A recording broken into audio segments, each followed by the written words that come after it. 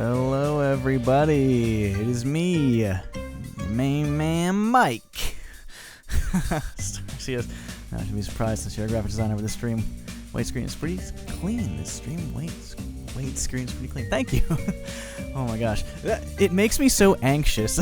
I'm just getting right into it. The countdown is like ridiculous. I like it. I'm not getting rid of it, but it makes me so anxious every time. This is my third stream with the new format and all the graphics and everything, and I am just like a mess, like trying to post all my updates and stuff. That's what I do in those 5 minutes. I post all my social media things, and then I just sit here and collect myself while I wait for it to count down, or I go get a drink or something. But it's so stressful. But thank you for being here. First comment right away. I appreciate it. Anyway, hello everyone, and welcome to, let me know if my audio is sounding right. Actually, let me just check it for a second. I'm sorry. I actually haven't taken the chance to listen to it.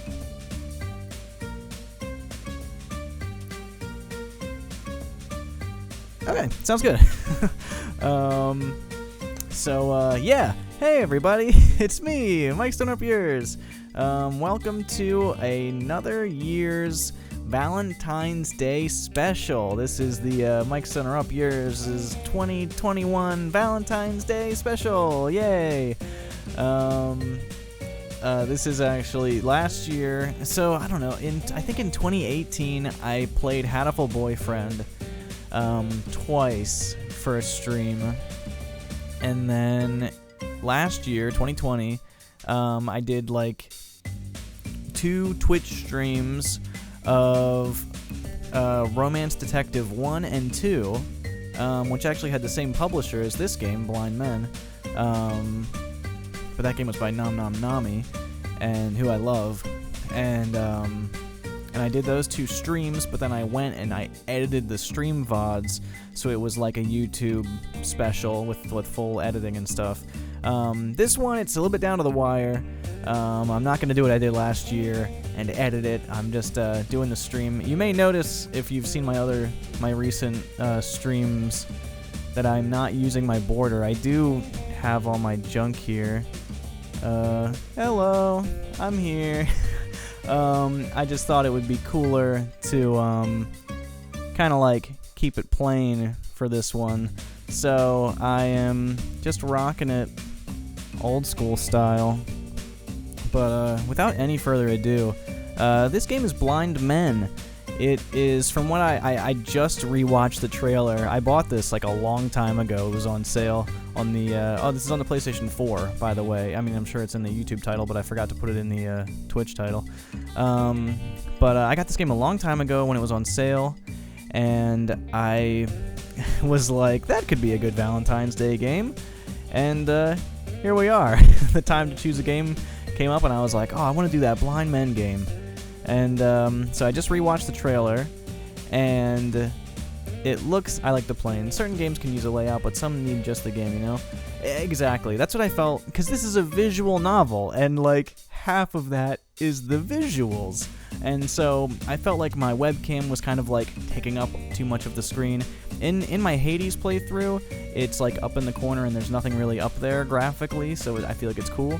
But I like the plain version. I thought that would be a good idea for this one. It makes it feel more special, at least.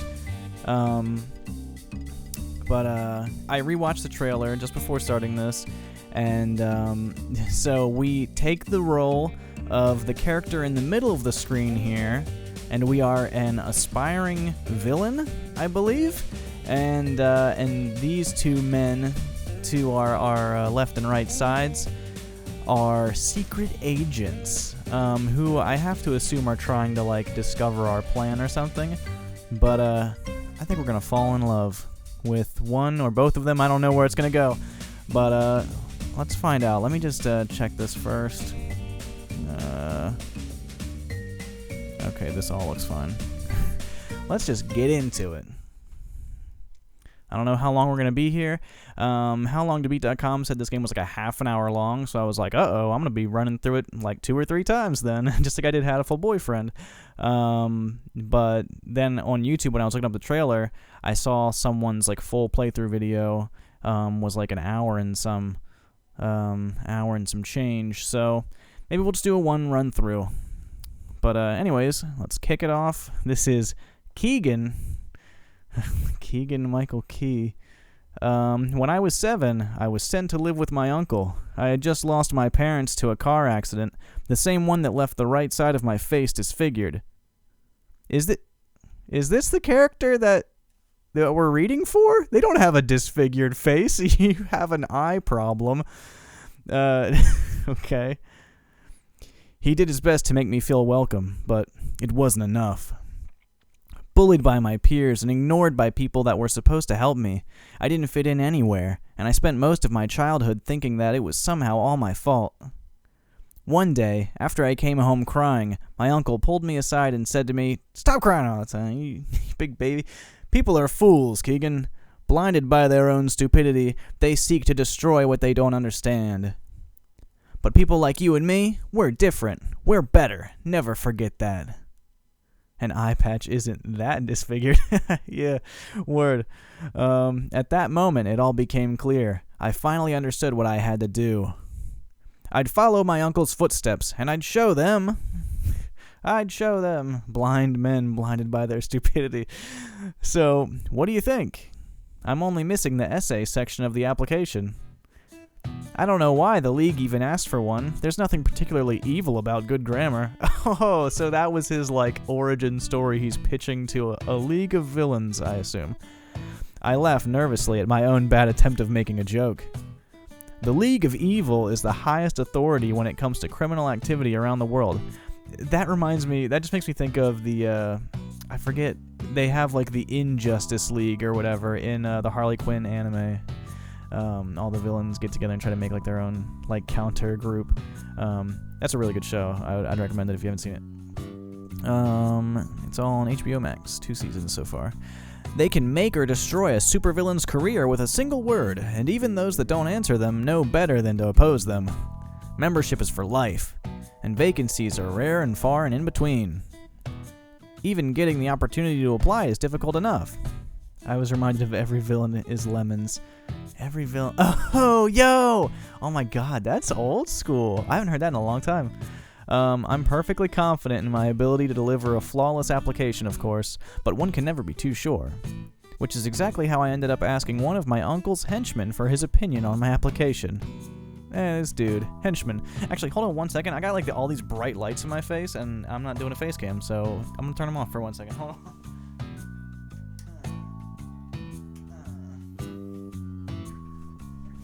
Okay, I'm back. That was not long enough of a wait time to justify playing my "We'll be right back" screen that I have prepared. But I love the song for it, so maybe I'll I'll go get a drink or something later. It's about passion. Common criminals are a dime a dozen, but being a supervillain requires true dedication. He claps his hands together in excitement. Okay, I like this dude. He's almost as enthusiastic as I am about the idea of me getting to join the League, which makes the fact that I have no idea of what his name is rather embarrassing. It's not that I don't care, it's just that after a while, henchmen just sort of blend in together. During training, we were shown the video of the boss's speech at the Allied Nations. It was wonderful. Half the room was in tears by the end of it.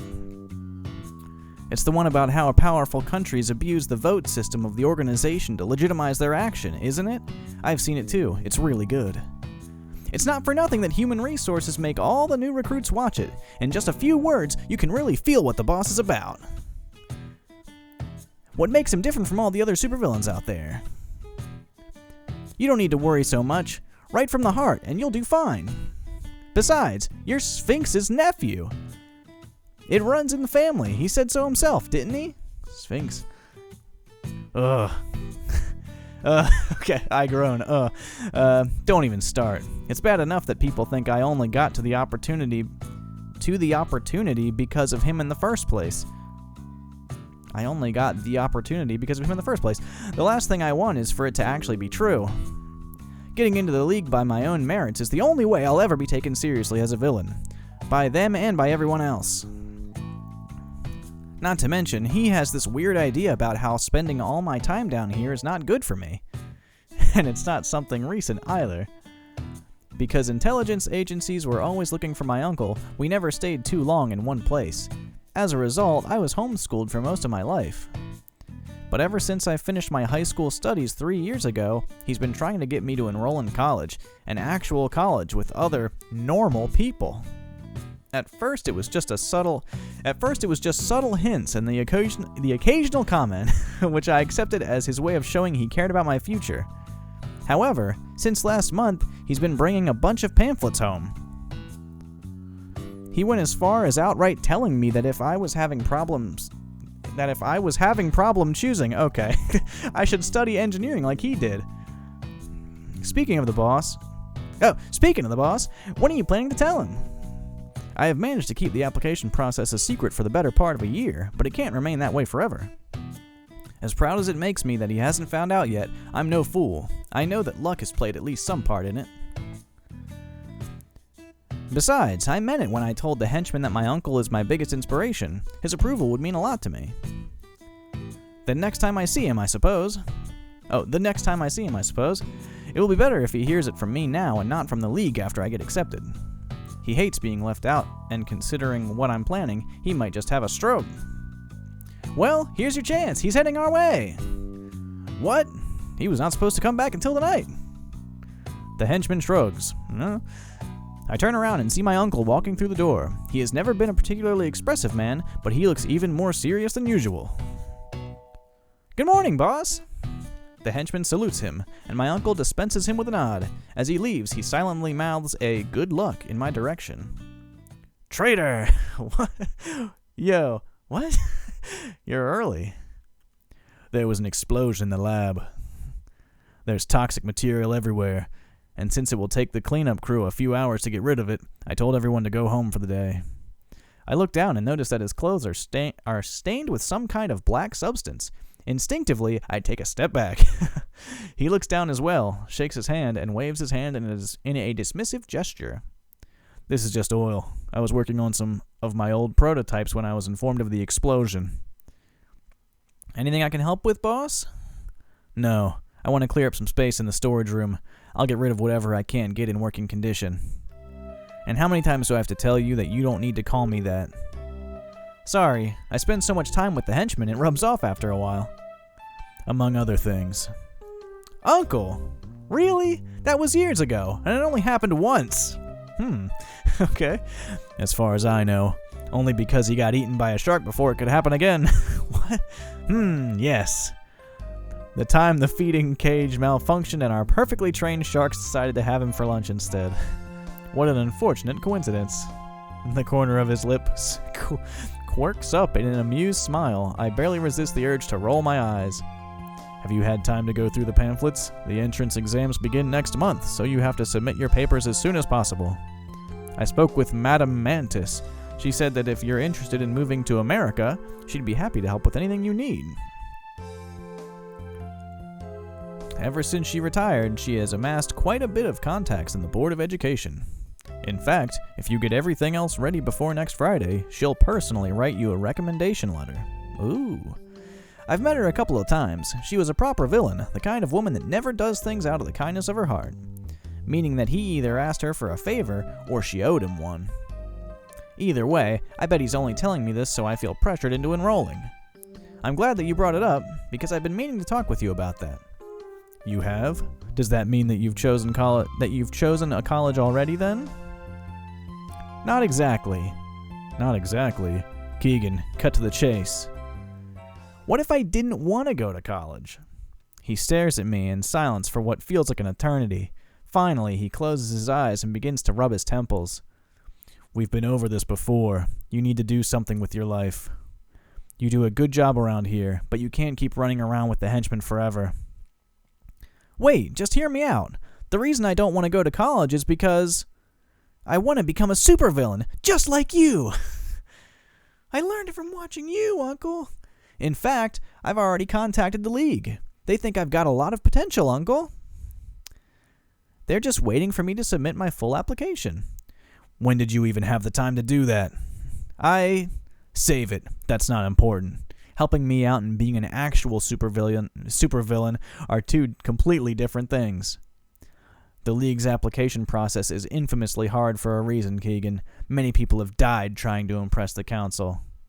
Why do you even want to be one? Uncle, please. I've gone through the curriculum of every major college in the world, several times actually. They've got nothing to teach me. I could go straight to a doctorate for about every field I'm interested in. Why should I waste my time with frivolities when I could be doing something that actually matters? You are the one that always says that people just don't know what's best for themselves. Well, I do. That's better. Besides, I've been helping you out practically my whole life. I'm not making an uninformed decision. I know exactly what I'm getting myself into. Are you sure about this? I've never been more sure about anything. Have you decided how you are going to call yourself? Do you have base of operations? What about a plan? How are you going to pay for everything? Do you remember the weapons dealer that sold you the parts you were missing for the death ray? Turns out that he also handles mercenary contracts, and he comes highly recommended in that regard. He said that he would lend me one of his bases and some people if I went over a couple of the blueprints his scientists are working on. I know it's not ideal, but it would only be for a day or two. After I'm accepted in the League, I'll have enough resources to get my own. He crosses his arms, and there's another moment of silence. If you are serious about this, I won't be the one to stop you, but you are going to do this properly. Call the weapons dealer and tell him that you won't be needing his services anymore. You'll use my lair and my men. We'll draft a contract, and if anybody asks, you rented them. Thank you, Unky. I promise I won't disappoint you. Of course you won't. Now, come, tell me more about your plan. Haha. A month later, at the National Museum of Science in Bonn, Germany. Ooh. Fancy. Looks like a place I was at a wedding at. I pretend to adjust a strand of hair behind my ear, pressing the button in my earpiece to increase the volume. Oh, snap. Boss, I'm in the control room. I've taken care of the security recordings. The police won't find anything of use in any of them. Nice. The men are all in their posts and ready to go too. They'll be waiting for your signal. Listen to this music. I'll stay here for a little longer to keep an eye on things. Please let me know if you understood. I nod. All right, see you in the auditorium, boss. Cool, I'm the boss. As an aspiring supervillain, particularly one hoping to join the League, there are two things to be taken into account when it comes to carrying out plans: visibility and chance of success. Just like there's no point in doing something so uninspired that it barely makes it to the local news, there's no point in getting arrested on national television. Finding balance is key, and that's exactly why I've chosen Bonn's National Museum of Science as my target. It's a beautiful place, and just like its research center, hosts many important scientists. Its vault is home to a lot of rare and expensive... Oh, okay, I screwed that one up. Just like its research center hosts many important scientists, its vault is home to a lot of rare and expensive equipment. Despite that, under normal circumstances, there wouldn't be anything particularly worth stealing here. But starting today, the museum will be hosting the Schultz-Holt collection of rare minerals, its main piece being the famous Inglaug diamond. Okay. Besides being one of the largest cut precious stones known to man, its purity and chemical composition make it one of the most versatile energy conductors in the world. In addition to the exhibit itself, the museum board has also invited Professor Schultz to give a conference at the end of the inauguration party. Neat. Schultz is both a geologist and a political activist, and he's respected in both fields. Oh, he's greatly respected, my bad. Not just regular respected. To make sure that no other villain interferes, I told both the League and my uncle that I'd be planting bombs in the museum and holding the guests hostage for a ransom. Very few people are willing to risk getting blown up by a first-timer after all. But actually, my real plan is... Oh, cool. Okay, my first decision. Wow, so exciting. Do I want to steal the diamond or do I want to kidnap a professor? Kidnapping a human being sounds like way more trouble than just stealing a diamond, so I'm gonna go the smart way. Oh no, now I don't know which... Oh, okay. I was like, I don't know which one's the one that's selected. I can't tell. Is it the lighter one or the darker one? But I can't push any further down right now. It's the dark one. Whoop! Stealing the Engelog diamond certainly won't get... Oh no, I just backed up. I didn't know I could do that. Oh yeah, it says it right there. I hit L2 though. I guess it's either of the left shoulder buttons. Stealing the diamond certainly won't get me any points for originality. It's changed hands so many times it has to be authenticated every time it shows up. Oh! Well, I'm gonna kidnap the professor then. As a public figure involved in politics, Schultz's disappearance will be all the news we'll talk about for as long as he's missing. Cool. I should save. Can I save?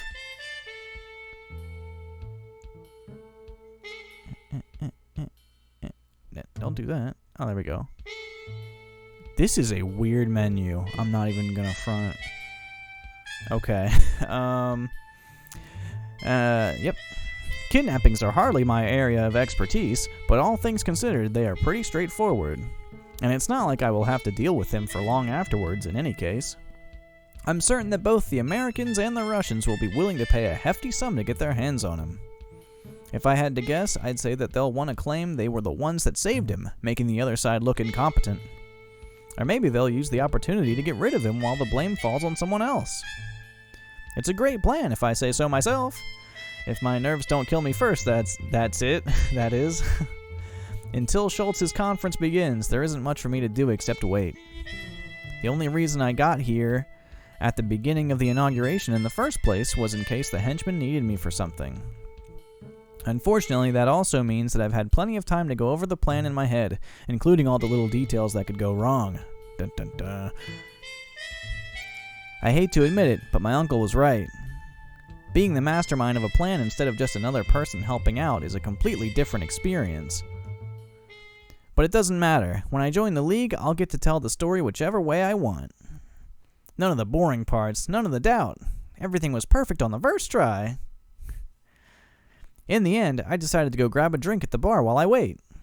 The bar is actually more of a counter in one of the corners of the lobby than its own separate place. It's meant for people who want to get something to drink without having to find a place at one of the tables, or wait for the servers to take their order. Cool. As I approach, the first thing I see is a man surrounded by a small group of people, most of them women. I can't get a good look at him from over here, but every once in a while the whole group erupts in laughter. After the third or so time that it happens, the bartender walks over from behind the counter and says something to them. He probably asked them to either lower their volume or leave, since the group begin to disperse right afterwards. Now by himself, the man takes a seat next to another blonde man. He leans back on the chair and begins swinging it back and forth. Swinging the chair back and forth? So I'm guessing Keegan tries to be evil inside. He's actually a good boy. At least he looks like one. We'll see. Oh. I know this person's name from the trailer. Oh, I know this person too. Oh, that's our two mystery men. There he is, swinging the chair around. No wonder he was surrounded by women. He's pretty handsome. And the man next to him isn't too bad himself either. Ooh, definitely a much better view than what I had at the lobby. A moment passes, and the man in the tuxedo says something. They exchange a few words, but the expression on the blonde man's face is so unfriendly that they don't really go beyond that. If looks could kill. In any case, I don't have much time to think about it. At that exact moment, the first man turns around and our eyes meet. I look away to see if he'll do the same, but he doesn't. Instead, I can feel him staring at me until I give up and look back. He makes a gesture at the bartender to order another of whatever he's having. Now with the additional glass in hand, he approaches, stopping right next to me and leaning against the counter. Having fun? I don't know how to do. I don't know what I'm going to do for this. From his body language and his accent, I'd say he's American. Oh, why am I gonna do like a country accent? Having fun? Okay, you know I don't know. From his body language and his accent, I'd say he's American. I wave my hand in a dismissing manner because Americans suck. I feel that. Not really. Watching the governor try to explain the merits of mineralogy has been the highlight of my evening so far. These things are usually more lively. Well, as lively as events of these sort can get. Is Keegan British? British? I don't know. They're in Germany now. I don't know if that's where they started. Actually, I know the other dude's German, the blonde guy, because his name sounds extremely German. I don't remember it now from the trailer. That's all I remember. These things are usually more lively. Well, lively as events of these sort can get. I'll do that. Last time there was this professor from Columbia. What was his name? Anyway, he's convinced that Schultz's methodology. Oh, methodology. Jesus Christ. Methodology is faulty, so he always ends up causing a ruckus wherever they meet. But this time, the committee made sure that the guest list isn't as inoffensive as possible. You didn't hear it from me, of course. Of course. Drink? He raises the glass towards me. I saw him order it, but I didn't see the bartender pour it, so of course I'm not going to accept it. Smart. I shake my head and pick up my own glass. Almost empty by now, from the counter. No, thank you. I already had one. He shrugs and takes a sip. It's quite good, isn't it? German alcohol is one of the 2 reasons I'm glad that the Soviets only got to keep half of the country. And the other one is Germans. By now, it's become clear that he's flirting with me. Oh, I didn't know that. Oh, I guess my character is German, and that was a flirt. Okay. All right, there we go. We figured it out. By now, it's become clear that he's flirting with me. Whether he's actually doing a good job is a different point altogether. I decide to... Oh, snap! I'm gonna flirt back, because it's Valentine's Day, y'all. Well, 2 can play at the same game. 2 can play the same game. Let's see him put his money where his mouth is. Of course, one of those things is much more fun than the other. Ha ha ha! He laughs, puts down one of the glasses, and offers me his free hand. I take it and give him a grin in return. The handshake lasts a couple of seconds more than strictly necessary. Ooh, scandalous. And instead of simply letting go at the end, he slides his fingers across my palm. Woo! It's getting hot in here. I curl my fingers slightly so that they interlock briefly at the end. Damn, you just met this person. You're getting really intimate with this handshake. That does it. He begins ogling me in what's possibly the least subtle manner known to men. Johns, it's a pleasure to meet you. The pleasure is all mine. Don't take this the wrong way, but you look kind of young for an academic. I'm still an undergrad. I'm hoping for a chance to discuss my thesis with Schultz before I submit it. Asking Schultz for his opinion about an undergrad thesis, that's quite a high bar you've set for yourself. Trust me, you don't even know half of it. So, what is it about? In simple terms, I'm researching ways to improve the accuracy of the tools used to locate and harvest petroleum deposits. It's Valentine's in a couple days. Word! It would make extraction. I was like, extradition? What's that? Extradition, It would make extraction quicker, cheaper, and more environmentally friendly. Right now, it's all theory, but I'm pretty sure that my calculations will lead to it being applicable. That's quite impressive. All the better for me. I like 'em smart. Okay. With a grin, he puts a hand on my shoulder and leans closer to me until his face is practically touching mine. His breath feels hot against my ear, and mixed with the faint smell of alcohol coming from him, it's enough to send a shiver down my spine. Ooh. Maybe we could discuss some of your ideas. Maybe we could discuss some of your ideas in private. Ooh. I'm tempted. So very, very tempted. But if I miss Schultz, my thesis supervisor will have my head. I take a step back and he lets go off my arm. What a shame, but I understand. Next time then? He picks up the glass, chugs down the rest of the drink, and winks at me before turning around and walking away. Damn. As soon as he's out of my sight, I let out a sigh. What gall! If I had been anyone else, this could have ended ugly for him. Uglily. Is that a word? This could have ended uglily for him. Well, it doesn't matter. I'm not planning to see him again anytime soon. There's a buzzing sound from one of the nearby speakers, and I turn my attention to it. First call! First call. Please proceed to take your seats. The conference will begin in 15 minutes. When the announcement is done, I head towards the auditorium.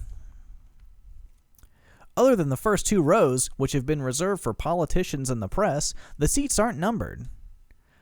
Terribly inconvenient for people that would rather secure a good place without having to enter early or wait too long in a line for it. On the other hand, it's perfect for someone like me that would rather not have a name attached to their tickets. When one of the ushers takes my ticket, I recognize him as one of my uncle's men, just like the henchman said. He directs me towards a free seat at the corner of one of the middle rows. Perfect. I guess uglily is a word. Nothing would ruin a dramatic entrance like having to ask people to stand up so I can get to the stage. Once I'm at the seat, it quickly becomes obvious why no one had taken it yet. There's sticky goop all over it. Ew. Sitting next to me is the blonde man from the hall, reading the program with an expression on his face just as unfriendly as the one he had back there. Excuse me, is this seat taken? He looks at me, shakes his head, and goes back to reading without a single word. Under any other circumstances, I wouldn't care. But come on, he talked to the other man at the bar, and I don't get more than a side glance? I prefer not having to do another voice, so it's fine. It's entirely possible for him to just be some regular guy with bad social skills and poor German, but he didn't even attempt to answer in English either. I decided to give my gut feeling a try, and leaning closer to him and lowering my voice so that no one else will hear, I begin to speak to him in Russian. I've heard that Russians have a lot of trouble getting travel permits nowadays, even those who have never been to the Soviet Union. Oh. I can't even imagine how hard it must be for actual Soviets to get out of their country. To get out their country? That gets his attention, enough to put down the program and turn to face me. He looks like he's assessing me and trying to intimidate me at the same time. Oh, snap. If I'm completely honest with myself, why am I interested in talking with him? Because there's something suspicious about him. I didn't save. I haven't been saving. Here I go. I'm scrolling for a long time. I didn't need to do that. I could have just pushed up and had to scroll like 2 times. Wham! Because there's something suspicious about him.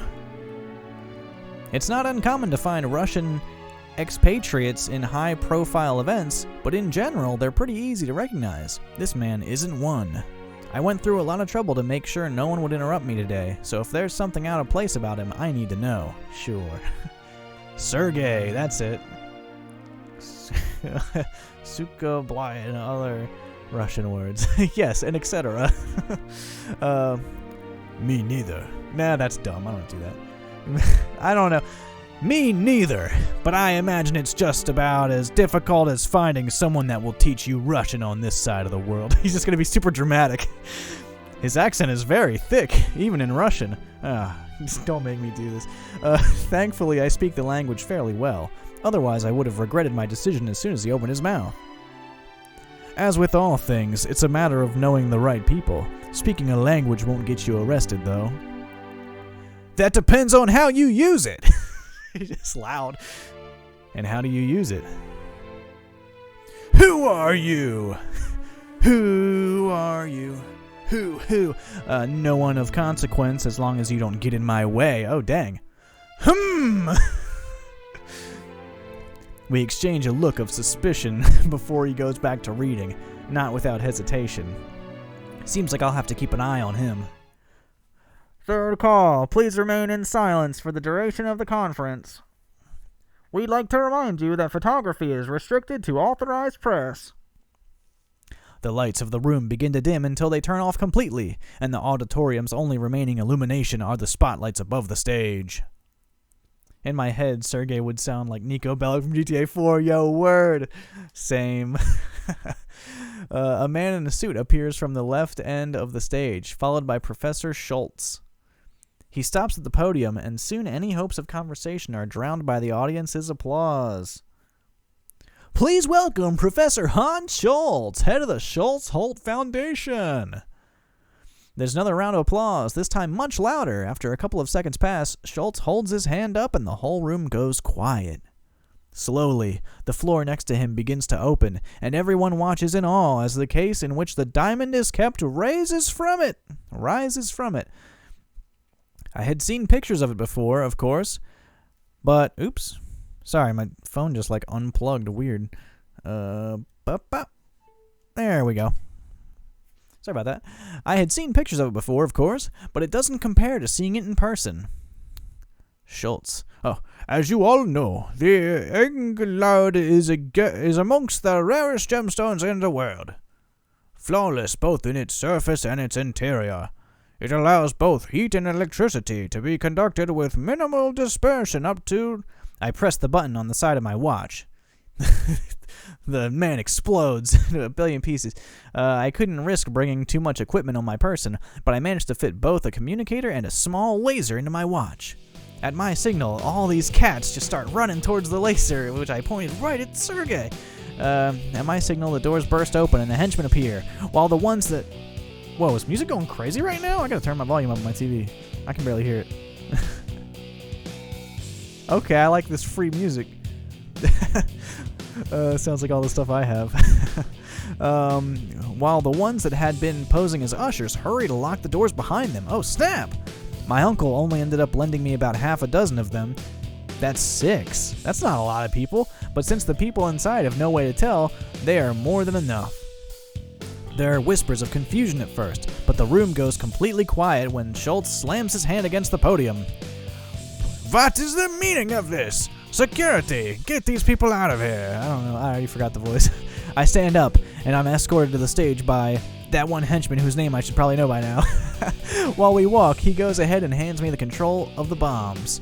It's mostly for show, since we only wired enough bombs to mess up some of the less important rooms slightly, while the rest are decoys set to release smoke. Of course, they don't know that. There's been a slight change of plans, Professor. As I take the podium, I put down the controller in front of me, and I signal the henchman to restrain Schultz. They both get off the stage, and he leads the professor towards the side of the auditorium. Haha! Wait, did he not have a... Oh, I don't know why. I didn't think he had an eye patch. Oh, it darkens a little bit. Maybe it's just my TV doing that, but it made his eye patch like get a little darker when I brought the text up. Wait, is there dialogue?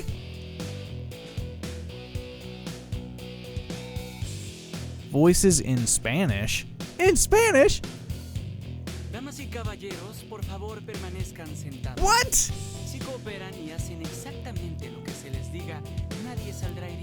I did not even notice that. Oh my god. What? That's cool.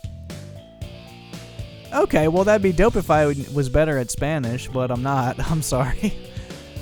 Oh well, that's kind of cool. Yeah, voice acting in Spanish. I guess this is a Spanish game. That's cool. But that doesn't help us, so I'm turning it off.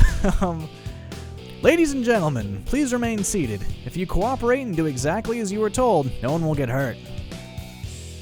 When you look back to this moment in a few years, you'll realize that it was the most important day of your lives. Isn't that from one of the Batman movies? Scientific achievements, political careers, anything you've done will pale in comparison to this instant.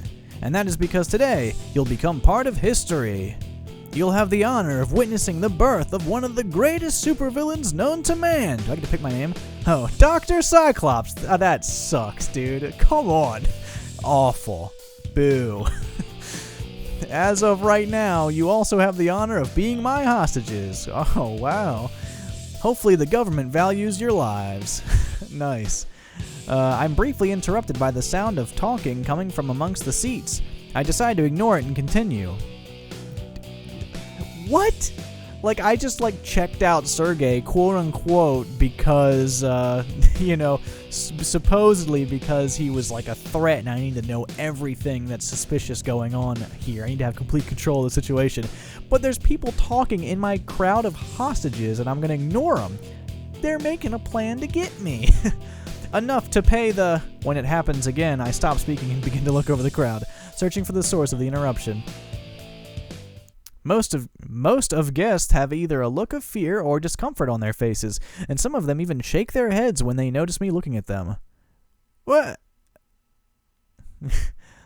What do I have henchmen for if they can't even keep people from talking at the same time as me?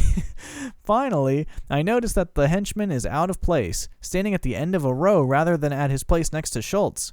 He seems to be arguing with someone. I step down from the stage to get a better look, and I recognize the other person as the man from the lobby. What are you doing? Sit down! I already forgot this dude's voice. It's kind of countryish. I'm going to the bathroom, unless you want me to get sick all over the floor. He stands up and gives a few steps forward. And takes a few steps forward. I should just autocorrect this as I read it. Actually, it's more of an awkward stumbling. He looks really drunk. Hey! I said you aren't going anywhere! The henchman grabs his arm to stop him. Suddenly, the man turns around and punches him square on the nose, knocking him out cold in the prize. He was faking being sick. Oh my god! This dude rules! Stepping around the henchman's unconscious body, he puts a hand inside his jacket and takes out a fucking gun! Look out! He's got a gun! Oh my god! At first I'm amused by the idea of getting shot by an overeager drunk, but he manages to point it right at me just fine.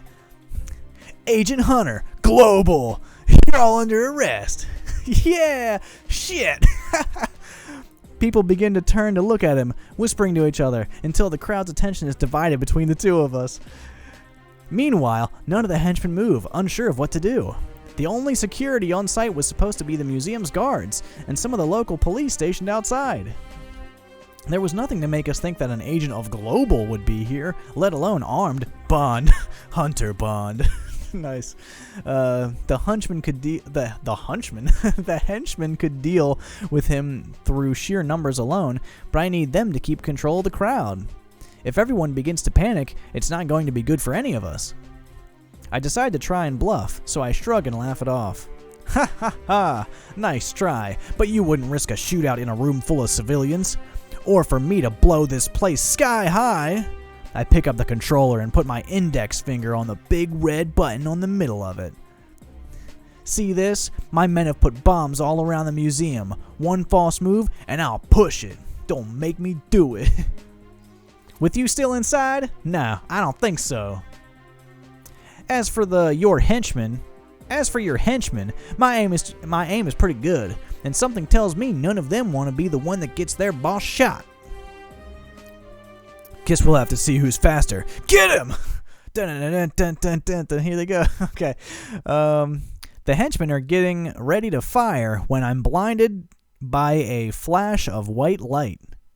Out of instinct, I drop the controller, and raise my arm.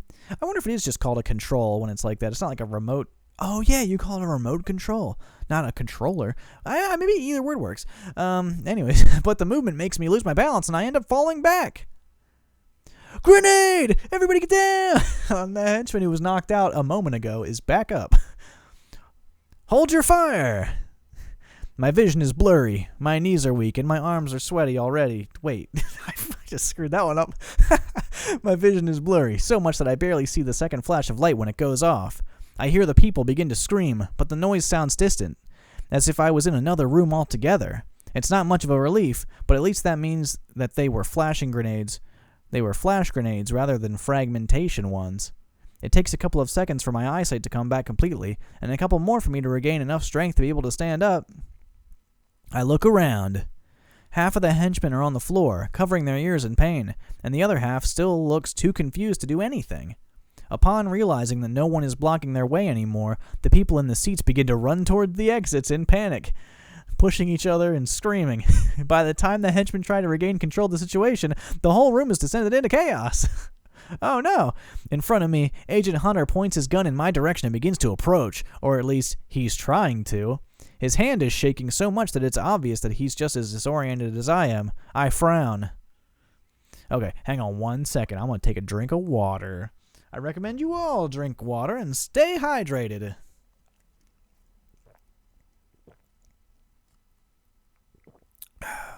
I kill my voice every time I do these visual novels. It's ridiculous. I can already feel it. I think it's the deep voices the most, but it's also just like right now I'm just talking normally, and there's not like so much inflection, and I'm really like, just like there's a little bit of something in my throat that I'm pushing when I'm doing like any of these voices. Since I posted about the Extra Life charity streaming stuff in the last Kingdom Hearts episode, I've been like telling myself like, yo, I should do Extra Life. That'd be awesome. 24 hours of streaming. That'd be amazing. Speaking is hard. Word.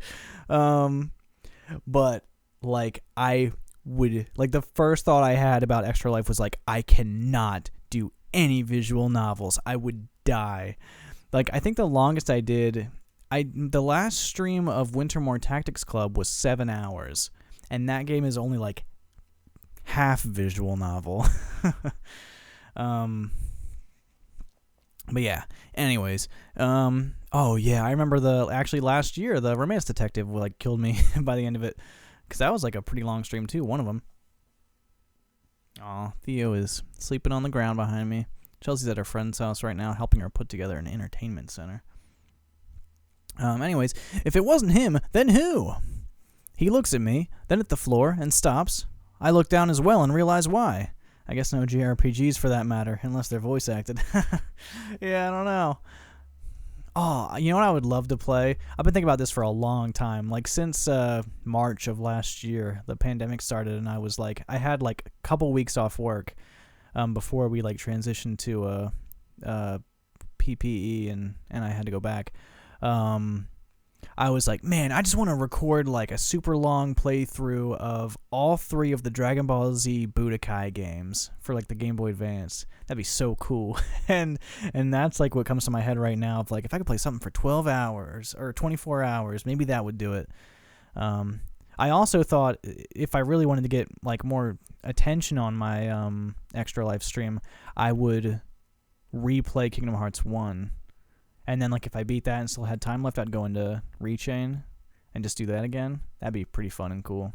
I think people would like that, too. To, like, see my second playthrough now that I know more.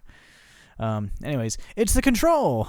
He hurls himself forward and grabs it. I take the opportunity to kick the gun out of his other hand, but he holds onto my leg and pulls me down with him. Fighting noises. We both end up on the floor, trying to wrestle the control out of each other's hands. While Hunter may be stronger, right now I'm the one in better condition, so I manage to hold my own against him. Nice. We keep rolling around on the floor until I manage to flip him over and pin him down. Ooh. Kingdom Hearts 1 speedrun or level 1? Neither. I can't do stuff like that. Just a normal playthrough. It has to last 24 hours. I can't do a speedrun. That would defeat the purpose. Level 1 maybe, but I don't know about that. Has someone ever told you that this is your best... Oh, has someone ever told you that this is your best angle? Shut up and give it back. As we continue to struggle for the control, I notice someone get on the stage out of the corner of my eye. I turn my head and see the blonde man from the lobby walk up to the diamond's case and lift it up. Oh no! It's a brief distraction, but it's enough to give Hunter the upper hand he needs to push me off him. When I fall back, the control sent flying into the air, and Hunter and me stare at it as it lands right on the detonator. Well, shit. Well, shit. Of course, nothing happens. It's a decoy, isn't it? It's a decoy, isn't it? And I keep not knowing who the hell is talking. Hunter shakes his head in disbelief, wiping a bead of sweat from his brow with the back of his hand. But instead of looking angry, he seems rather amused by the whole situation. Having decided that his immediate business with me is done, he runs past me and onto the stage to catch up with the other man. They begin fighting over the diamond right away, trying to keep the other from getting a proper hold on it. They're pretty evenly matched at first, but the longer the fight lasts, the more Hunter struggles to keep up. Whoever the Russian is, it's clear that he's not just a random guest or some opportunistic thief. It'll be an easy mission, they said. No one cares about that old rock anymore, they said. Why does the KGB even want with it? What does the KGB even want with it? Don't you commies dislike everything that may be worth more than a ruble? Be quiet! Be quiet! That diamond is the property of the Soviet government. I've come to take it back. Global and the KGB? I knew there was something odd about those two. Good thing that I'm not here for the diamond. Let them fight over it while we get away with Schultz. I walk over to where the henchman is and nudge him awake with my foot. He stands up, holding the side of his head with a pained expression. His nose is bleeding from Hunter's punch, and he has a split lip. He stood up and was like, "Yo, the bomb," or whatever. And then he just passed out again? I have no idea what this henchman is doing. Maybe they all just look exactly the same. He's pretty lucky that he didn't get trampled by people on their way out. Pull yourself together. We need to get Schultz and get out of here before the agent notices. Can you help me get him to vehicle? To the vehicle? Yes! Go tell the others to get out and get everything ready. I'll hold Schultz back in the meantime. He nods and goes running to where the other henchmen are. They still look confused from the grenade, but they are in well enough shape to pick up their guns and head to the exit. Speaking of Schultz, where is he? The professor didn't leave with the rest of the people. Instead, he's been watching both men fighting over the diamond. He obviously cares more about it than for his own safety. He's even too distracted to notice us as I approach from behind. Professor, if you would be so kind to come with me. Schultz turns around, alarmed. I'm about to grab him when there's a loud noise right outside the auditorium. I feel the floor move and I lose my step. The bomb was just delayed. The room quickly begins to fill with smoke and dust, and I cover my mouth and nose with my sleeve. What the hell? That sounded like a bomb, but how? Never mind, I'll figure that out later. Right now, Schultz is more important. The smoke gets thicker by the second, and it soon becomes impossible to distinguish anything more than a couple of meters away. I have just enough visibility to see two blurry figures through the smoke, each running towards the exit through different rows. One of them must be Schultz. The only people left here besides me and the henchman were the professor and both agents, so I'm pretty sure are still on the stage. My headcanon is that there's only one henchman and they're just pretending he has a team to make Keegan feel better. Oh my god, I love that. Oh, poor Keegan. Damn, it's too dark. I can't see their faces. Boss, where are you? Over here. Between the two of us, it should be enough to incapacitate Schultz and carry him outside. Once there, the others will take care of the rest. I start to run towards... I don't know which was which. Didn't Schultz have a black suit? I'm gonna save it up just in case. Whoop. The man in the black suit. I tackle the man in the black suit, and I keep him on the ground long enough for the henchman to take out the bag and rope that he's carrying. He puts the bag over the professor's head and ties his hand and feet. He struggles a lot more than I had expected, and we end up having to knock him out before being able to drag him out of the building. I think I grabbed Hunter. I think it was each of the guys. And I feel like I remember Hunter having a black jacket. With some effort, we get the professor out of the building and all the way to where we'd left the vehicle. After putting him inside the trunk, we head back to the base. While the henchman drives, I take off my suit and just keep my uniform on. It's just as dirty as the suit, but at least I'm more comfortable now. Fortunately, the professor remains unconscious for the whole duration of the trip, so we don't have any more setbacks in that regard. Alright. Sphinx's Lair, currently serving as Dr. Cyclops' base of operation. Location, somewhere in Germany. Look at the lasers.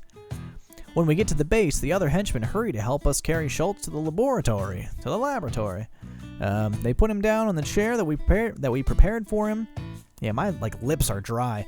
I was laughing at myself hardcore for when I get into intense moments in my Hades playthrough of fighting. I start kneading my lips like wild. But talking so much, my lips get really dry. My whole mouth is so dry. Gotta stay hydrated, y'all. Okay. Welcome to the Mike Stoner Up Yours Drink Water Challenge. Every time he drinks water, you gotta drink water. They put him down on the chair that we prepared for him, loosening up the rope slightly so that he'll be as comfortable as the situation allows. That's nice. That's very thoughtful. I originally considered putting him in a cell, but I want to make it clear that he doesn't have a choice about helping my uncle while he's here. Yeah. That didn't go exactly as planned, but you know what they say, what really matters are the results. And despite everything, we managed to get Schultz here. Congratulations, everyone. You can leave now. What? keep people around you. What are you doing? The henchmen look really relieved to hear me say it. I think they were worried that I was going to blame them for what happened back at the museum. Which, to be fair, I was ready to do before we got our hands on the professor. Come on. They nod quietly as they all leave the laboratory, except for the henchman that helped me bring him here, who stays behind in case I need anything. Nice. I still need to figure out what the agents were doing back there and why we didn't hear about it, but that can wait until later. Right now, this is about me. Schultz raises his head as he regains consciousness. He seems rather sluggish at first, probably from the combination of the smoke and being stuffed into a truck for a couple of hours, but then he straightens up. I lean over the professor, arms crossed behind my back, making sure that I'll be the first thing he sees. I may not be physically imposing, but like this, even I manage to look intimidating. With a nod, I gesture to the henchman to remove the hood from over his head. I'm sure it's gotta be one of them. I'm sure you're wondering why I brought you here, Professor Schultz? I knew it. I knew it. Stupid face. But when the hood comes off, I freeze. The man on the chair isn't Schultz. It's the American agent. He seems confused as he turns his head to look at the henchman.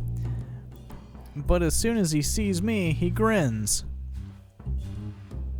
Alright, you got me there. I wasn't expecting this. I take a couple of steps back, doing my best to remain calm until I'm certain that I'm out of Agent Hunter's sight. So I guess black suit is Hunter and green suit is Sergei. Word. Yeah, that's what I think too. Actually, I'm sure. The henchman follows me on the way out, though he has a much harder time hiding his nervousness. Once we're at the entrance, I grab the henchman by the shoulders and begin to push him in the general direction of my uncle's office. Go call Sphinx. Tell him it's urgent. Go call the guards, too. Nobody goes in or out of this room until he's here. Panicking. Yes, sir. And get something to restrain him with. If he can move a finger, he's moving too much. Hunter seems quite pleased to be a hostage. Yeah, right? I stay outside of the laboratory while I wait, occasionally looking back inside to check on Hunter. The fact that he's so calm doesn't make me feel any better. As I wait for my uncle, I end up pacing in circles in front of the door before realizing it. Though I manage to keep a serious face rather than one of outright panic, my agitation eventually wins and I begin to bite my nails. Oh no. How could we have messed up? Wait, what? How could we have messed up so badly? I got it. My uncle is going to kill me, or worse yet, he's going to send me overseas and make me enroll in college. Oh no. And as soon as I hear someone approach, I make myself stop. It's the henchman, followed by a couple of guards carrying a metal table with them. It's nothing fancy, but it'll do. They acknowledge me with a silent nod as they walk by on their way inside, which I return with as much confidence as I can. 'Cause I'm a leader. The guards put the table down in the middle of the room next to where Agent Hunter is sitting and secure it to the floor. They untie Hunter's legs, then pretty much throw him on top of the table. He lets out a groan when he hits the metal and the guards strap him down. With Hunter properly secured, they each take their position at opposite sides of the table. Cyclops? Oh, Cyclops. I don't remember. His voice was like deep or something. I'm so deep in thought that I don't notice my uncle approach until he's right next to me. And even then, I don't react right away. Keegan! Hearing him speak almost makes me jump from the surprise. I was told you needed me down here urgently. What happened? Are you hurt? I knew I shouldn't have left you go alone. No college, then you have to do assignments. He puts a hand on my back to make me straighten up, and he begins to spin me around to check me over for any sort of injuries. Did it say Cyclops, or did I see that wrong? No, that's our character's villain name. The horrible villain name of Cyclops, because he has one good eye, I guess. I may look like a mess from everything that happened, but I'm not hurt. No, I'm fine. Just, Uncle, stop it. I have to push his hands away to get him to let go of me. No, not Cyclops. Kylops. Or Cylops. I don't know. I didn't. Okay, hold on. I'm going to save so we don't lose where we're at, I guess, even though nothing happened. Let's find out. Cylops? Yeah, you're right. Good eye. That's fun. This game, it's about the heart, though, not the spelling and grammar. No, I'm fine. Just, Uncle, stop it. I have to push his hands away to get him to let go of me. He looks like he's about to grab me again, so I step away.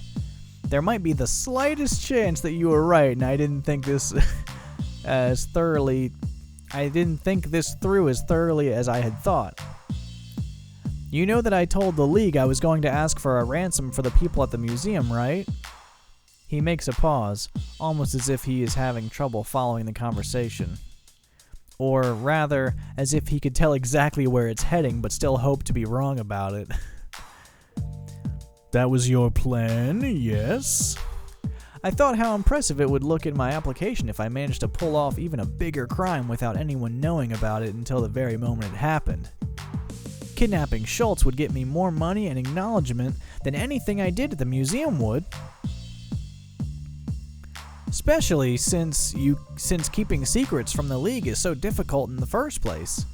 It was supposed to be a surprise for you too. Just imagine, Schultz is your assistant. He'd help you with all the incomplete project you've got lying around. You didn't. I did. Almost did anyway. There were some complications. A couple of agents were there, one from Global and one from the KGB. Somehow, we ended up bringing the Global agent here instead of Schultz. He takes a deep breath. I can tell that he's really angry, but that he's also trying to calm himself down for my sake. He leans to the side. Oh! Theodore, what are you doing down there? Oh, I'm like, Theodore was sleeping behind me on like a blanket I keep on the ground. And I had my feet on this pillow that I keep under my desk for him. And I'm just kind of like kicking my feet around, and I'm like, what's this? And I was kicking Theo. He just walked up. Little baby. Aw. He's very cute, my little bud. He leans to the side, just enough to be able to see the agent from over my shoulder. Are you absolutely sure that the League wasn't aware that you were planning to kidnap Schultz? Oh, you know what? At the end, I'll do I'll switch back to face cam and wave Theo around again. Are you absolutely sure that the League wasn't aware that you were planning to kidnap Schultz? Absolutely. And there's nobody that could let them know? Not a single soul. No one that I know of. I mean, some of the henchmen know, but they won't be telling anybody anytime soon. Good. Here's what you'll do. You're going to head to the office as soon as you can and call the examiner you were assigned to. Tell them that the bomb threat was actually a distraction to capture a global agent. You were successful, and you are going to deliver him to the League in exchange of becoming a member. Even if they turn the offer down, which I doubt they will, having captured him in the first place should be enough to get you accepted. It's essentially the same as what you were planning, but with the agent instead of Schultz. That's perfect! Thank you, Uncle. I don't know what I'd do without you. He frowns as he crosses his arms. Perhaps I shouldn't have sounded so relieved. I've got a few ideas. Anyway, don't thank me just yet. You and I will have a long talk about this, but this is not the time. First, you need to get all of this sorted out. Just consider that the more time you take, the more time I'll have to go over all the ways this could have ended poorly. You can handle the rest by yourself, can't you? It's not a question, it's a statement. Handle this yourself or else. Dun dun dun. I don't have much choice either way, so at least I try to look confident as I nod. This time, he seems pleased enough by my reaction, and he turns around and walks away to go back to whatever he was doing before I arrived. I can do this. I can do this. I was planning on kidnapping either way, wasn't I? The only thing that changed is the person in the room.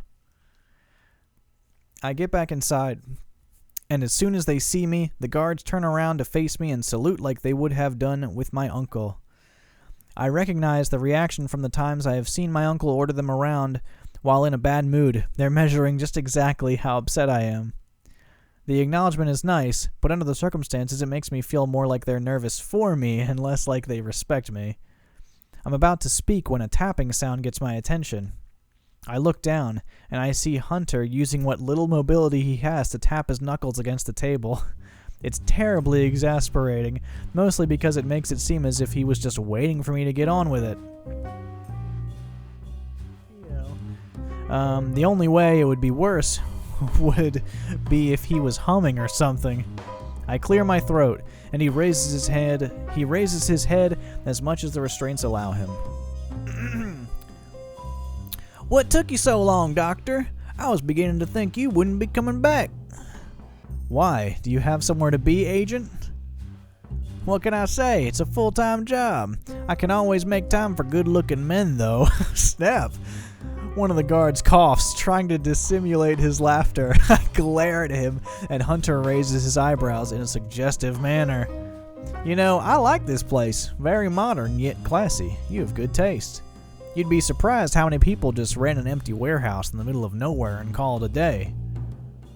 If you're going to keep someone there, might as well make it look nice, don't you think?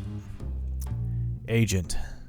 I try to get him back on track, but it's useless. He pretends not to hear me while he keeps rambling. I'm kind of conflicted about you. You see, when I met you, you gave me the impression of being the smart type.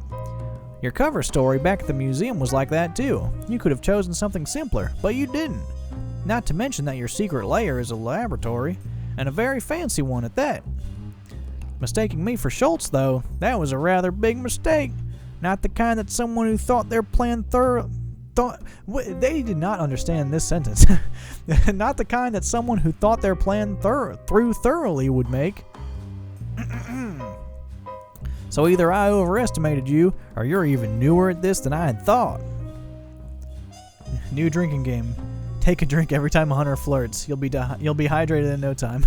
Well, that's just kind of everything he says at this point, I feel like. Is that it? Am I your first? I know you said the museum would be your debut, but criminals usually get some experience before... Enough!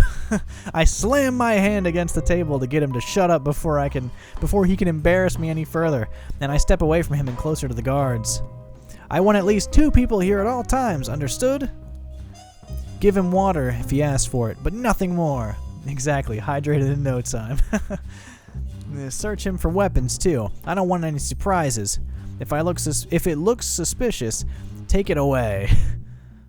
Huh, are you sure you don't want to search me yourself? Oh, sure.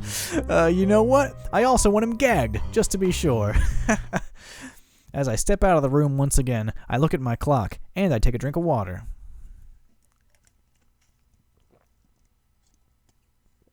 And then another one. Between getting here from the museum, waiting for my uncle, and talking to the agent, it's already past midnight. Too late to call the league. Supervillainy may also be a full-time job, but past a certain time, they are not too happy to be bothered unless it's an emergency. The last thing I need is to catch someone in a bad mood and have them actively try to sabotage my effort to deliver Hunter just to spite me. I think it's just translation errors. I think they just use some, I don't know, maybe some kind of program or something. I don't know. Not enough English people reading through, double checking. Sorry, I'm stretching. I'm like sitting silly. In any case, it's not like Agent Hunter is going anywhere. That means that I have enough time to take a shower and get some sleep. Also, to make sure that I get my story straight about what happened back at the museum. I head towards the locker room, rubbing my eyes to try to get rid of the headache I can feel beginning to form. Oh, I hate that. And there were several days this week where I had like a headache, and like it's like you start to feel it setting in. I'm like, oh no, this is gonna be a bad night. I can't sleep. Maybe I should use the time for something else. There's no point in staying here lying down in the dark. Oh, I'm gonna go talk to him. And see what's up. I'm gonna see if we can fall in love. Let's see. I can't really use the lab since Hunter is there, and I would rather not bother my uncle again, especially not at this hour. Well, I could always go check on Hunter. If I can't sleep, why should he? Yeah, go check. Oh, let me save. It's a choice. Save it all the choices in case I make a bad one. Wham. Yeah, go check. I get up from the bed. Wow, it's already been like an hour and 15 minutes on this stream. I get up from the bed. So much has happened, I'm not entirely sure the henchmen or the guards can handle it by themselves. I just need to ignore every other word that comes out of Hunter's mouth. Or all the words. After all, as my uncle says, if you want something done right, do it yourself. Oh, the chibi art for this game on the Steam page is pretty cute. Oh, that's nice. I haven't seen that. We haven't seen that in the game yet. As I approach the laboratory, I hear voices coming from the inside. And that's the reason why I'm no longer welcome at the M16's headquarters. There's some more words I can't quite make out, followed by a muffled laughter. That sounded like Hunter, but I explicitly told the guards to gag him, so I must be hearing things. The closer I get, the quieter the voices become. By the time I'm at the door, they have stopped completely. Once inside, the first thing I notice is the guards are way too serious for my liking, especially because I'm pretty sure they were talking just now. I frown, and they exchange a nervous look. At least they did search Hunter, since his jacket is neatly folded on the nearest desk, with his shoes and watch on top of it. I pick up one of the shoes and, noticing that it's suspiciously heavier than it should be, I turn it around and take a closer look.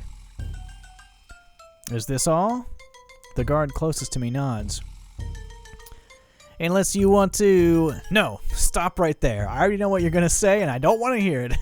I stop fiddling with the shoe and I put it back on the desk. Right then, I realized that Agent Hunter just talked back to me. I was right. It was him I heard from the hall. Why isn't he gagged? Since they don't answer right away, I decide that they are just going to give me an excuse. There's no point in hearing it then. Never mind. You're lucky that I was just about to tell you to take it off. Go join the others outside and make sure that no one interrupts us. This time the guards don't even bother trying to respond as they leave, avoiding my gaze all the way to the door. You know, they're not too bad. They're not too bad. Oh, shit. You know, they're not too bad once you get to know them. Since you insist on running your mouth, Agent, I figured you should at least make yourself useful while doing it. Now you're doing it on purpose. Ugh, never mind. Phrasing. What were you doing at the museum? Please, Doctor, you know I can't tell you. Part of being a secret agent is exactly that. Keeping secrets. Ooh. But we could make a compromise. We could ask questions to each other. It would be like a game. Then you just lie to me. Besides, I don't need your cooperation. And I'm definitely not playing games with you. I open one of the desk's drawers and after taking out a small bottle, I put it on top of the desk and turn it around so the label is facing Hunter. Hunter squints, then laughs when he reads it. Truth serum? Good try, but I'm immune to it, along with... He makes a pause, as if trying to recall something. 30 other kinds of chemicals, give or take. It's been a while since I last checked. Come on, I've got questions for you too. Otherwise, how about we skip to the part where you tell me your plan and how capturing me fits into it? I tap my fingers against the desk. Fine, but the moment you say something stupid, we stop and I tell the guards to go through the whole cabinet until they find something that does work. A bottle? Is Keegan joining the drinking game? He gives me a quiet look of satisfaction. Regardless of what I said to him, I'm pretty sure that he's going to... I'm gonna save, but I'm gonna say tell me the truth, because he's just like having fun with me. It doesn't matter to him. But then again, he could be like just completely... He might not even be American with that accent. He might be faking it. He's gonna tell me the truth. He wouldn't go through the trouble of bringing it up if he saw no point in it. So he's either stalling for time or convinced that he'll get something out of the situation too. I know what he's trying to get out of the situation. Or he's being annoying and it's just a way to get me to lose my patience. Either way, it's worth a try. He may evade a question if he doesn't feel like answering, but for the most part I think he'll tell me the truth and expect the same of me. I walk behind the desk and take the chair, dragging it next to the table before taking a seat. You're lucky I'm in a good mood, but if we're doing this, I'm going first. That's the spirit! What were you doing at the museum? Nothing you don't know already. I was sent there to make sure the diamond was safe. Since it has a history of being stolen by less than savory individuals and everything. And look how that turned out. Pretty well, I'd say. I mean, I like the view. Ugh. Yeah, yeah. And the diamond is safe as far as I know. It's just not with me. Unless you want to tell me something about that. No? That's what I thought. Let's see. Why did you decide to become a supervillain? Because the world is a terrible place, Agent. Those who know better have an obligation to try to change it by any means necessary. There are plenty of ways to do that don't include becoming a criminal and endangering the safety of innocent people. Like working for Global? Don't act like you're all not guilty or anything. It's insulting. The world doesn't want to change, and people even less so. That's why it can only be achieved through force, and not the kind controlled by governments or shady agencies. I stop myself right there, realizing that I'm getting carried away. I clear my throat before continuing, and I drink some water.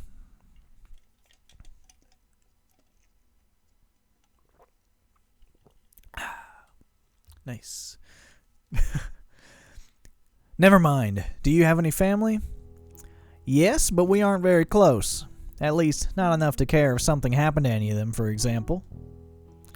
I sneer. I figured as much, but it's rather surprising to hear him say so out loud so nonchalantly. Still, I don't bother pretending that it wasn't exactly the reason I asked. Because of your work? Being a spy didn't make keeping in touch any easier, but it isn't why we became estranged. They always saw me as a troublemaker, so to speak. In the end, everything worked out just fine, so it wasn't a big loss. How about you? How do Mom and Dad feel about their son trying to take over the world? I wouldn't know. They died a long time ago. Was it? No, they were normal people, living normal lives. It was an accident. I'm sorry. There's a moment of silence, and I can feel him staring at my face. My disfigured, horrible face.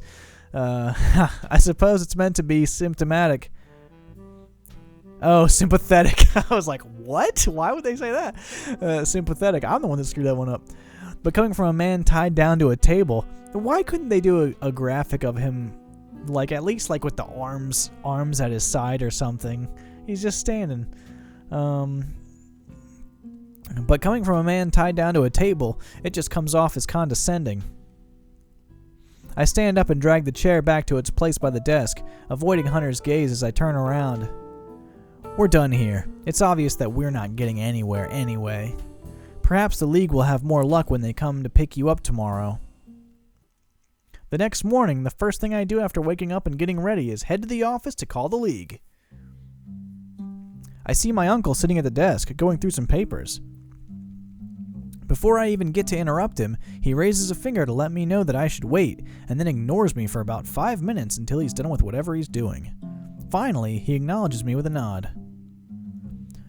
Keegan, about time. I'll leave you to it.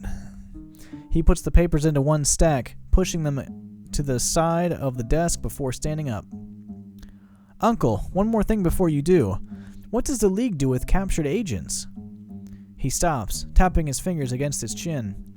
It's been a while since I handed anyone over, but they usually interrogate them before returning them to their agency. If they are particularly difficult or dangerous, they just kill them after they are done with them. Difficult or dangerous is exactly how I describe Agent Hunter. Why the sudden curiosity? He's an asshole and a complete pain, but I'm not sure if I want him to die.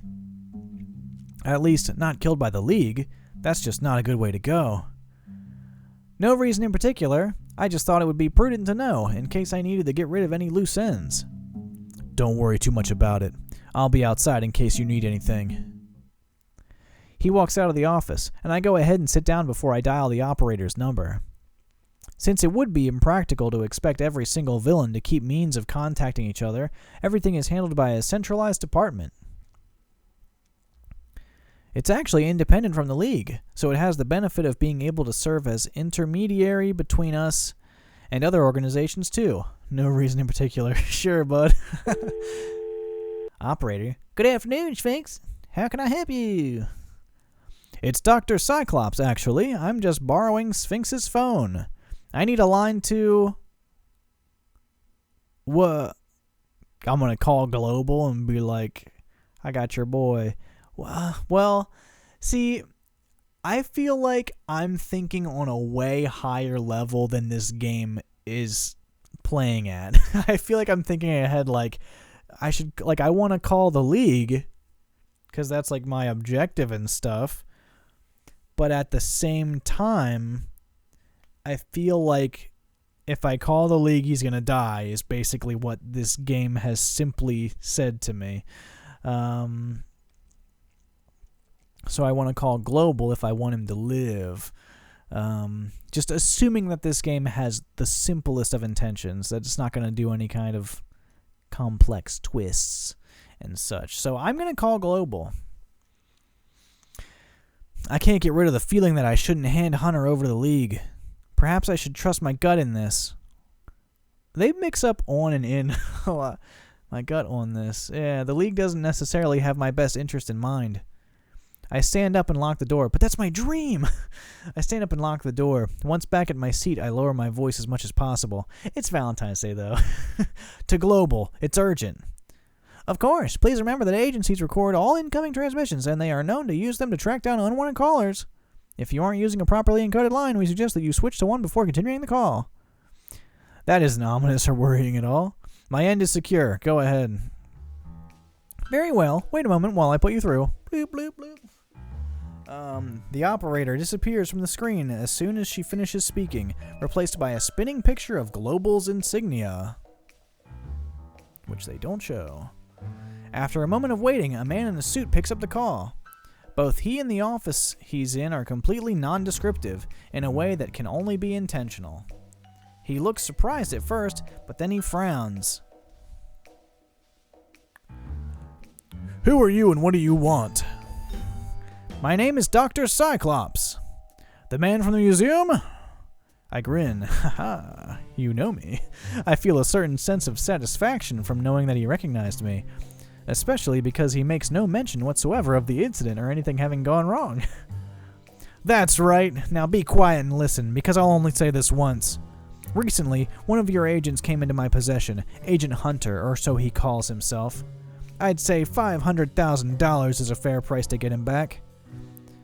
$500,000? For a single man? You're insane! You're insane, buddy. Oops. Then I suppose I'll just have to send him to you in pieces so you can figure out exactly how much he's worth to you. The man goes quiet and looks away from the screen, but without turning it off. It seems like he's receiving instructions from someone else. We need proof that Agent Hunter is alive. Of course, I'll send you a finger so you can run DNA tests on it. When he doesn't answer right away, I begin to worry that he's going to call my bluff. Worst case scenario, I could get someone else to do it, but I'm about as fond of dismembering as I am of torture, which isn't much at all. We need to see him then. I don't quite let out a sigh of relief, but it's pretty close. Perfect. You're in no position to demand anything. But just because I'm feeling kind, I'll call you back in about an hour, and you will be able to see him then. Have the money ready. I'll send you the details of the account. You know the procedure already. And just to make my point clear, I make sure to be the one to hang up first. Ooh, total badass. With that done, I get up and go unlock the door. But as soon as I turn the lock, the door swings open towards me and I see the henchman standing on the other side, his hand still on the doorknob. He takes a look at me, lets the knob go, and steps back. Boss? What is it? Are you done with the agent? The guards wanted to know if they could end their shift early. Oh, sorry, I wasn't doing his high-pitched voice. Why? Is there something wrong? Well, I'm not sure how to put it. Just say it. You're wasting my time. Agent Hunter is making them really uncomfortable. Really? But it sure didn't seem like that when they ignored my orders and decided to talk with him. In fact, I'd say they were getting along pretty well. They were very insistent, boss. I think you should go check, just in case. I groan, and the henchman shrugs apologetically. How can it be that anyone that comes within 10 meters of Agent Hunter turns into an incompetent mess?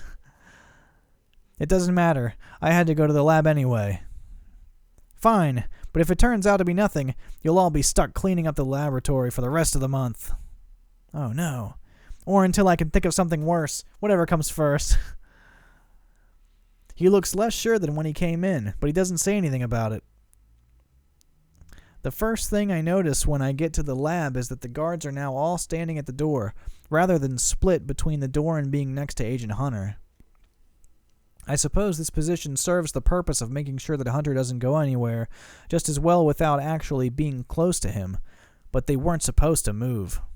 I glare at them on my way to the table, and they look away to avoid meeting my eyes. They know what they did. I stop next to the table and take a look at Agent Hunter. At least this time the guards listened to me and gagged him.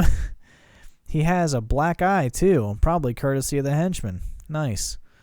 But what really gets my attention is how flushed his face is, going all the way down to his neck so it's noticeable. Even with the gag, he looks sickly. I briefly consider the possibility of him actually being sick, but I discard it almost right away. He was perfectly fine the last time I saw him, and not enough time has passed for him to have caught something. And considering that until a few hours ago we were convinced that he was actually Professor Schultz, we didn't rough him up too badly on the way here. Then again, I suppose to deliver him alive, so I'm more or less obliged to check. For all I know, he could have swallowed a cyanide pill. I carefully put a hand over his mouth to remove the gag. I'm going to take this off so you can tell me what's happening to you. But if you try anything, I'll gag you again and let you die from whatever it is. Not if you understand. He does, so I go ahead and take off the cloth with one swift move. Whoosha! Before I can react, Agent Hunter tilts his head forward as much as his position will allow him and grips the tip of my index finger with his teeth. What? But instead of biting down and leaving me one finger short, he wraps his tongue around it and licks me. Oh no! Startled, I pull my hand away and we're left staring at each other for a moment. He grins and winks at me. Without the cloth covering the lower half of his face, I can see his expression more clearly. He's not feeling ill. He's... Oh my god, what is wrong with you? He's feeling randy. I hit him? Oh no. Look at he's blushing. Oh, home slice. This is where it gets cool. I'm gonna hit him, but I hope it's in like a playful way. My immediate reaction is to punch him as hard as I can. The back of his head hits the table with a loud thud, hard enough to get him to start bleeding from it. He groans, the pain making him struggle against the cuffs. That kind of sounds messed up. I kind of want to rewind on that.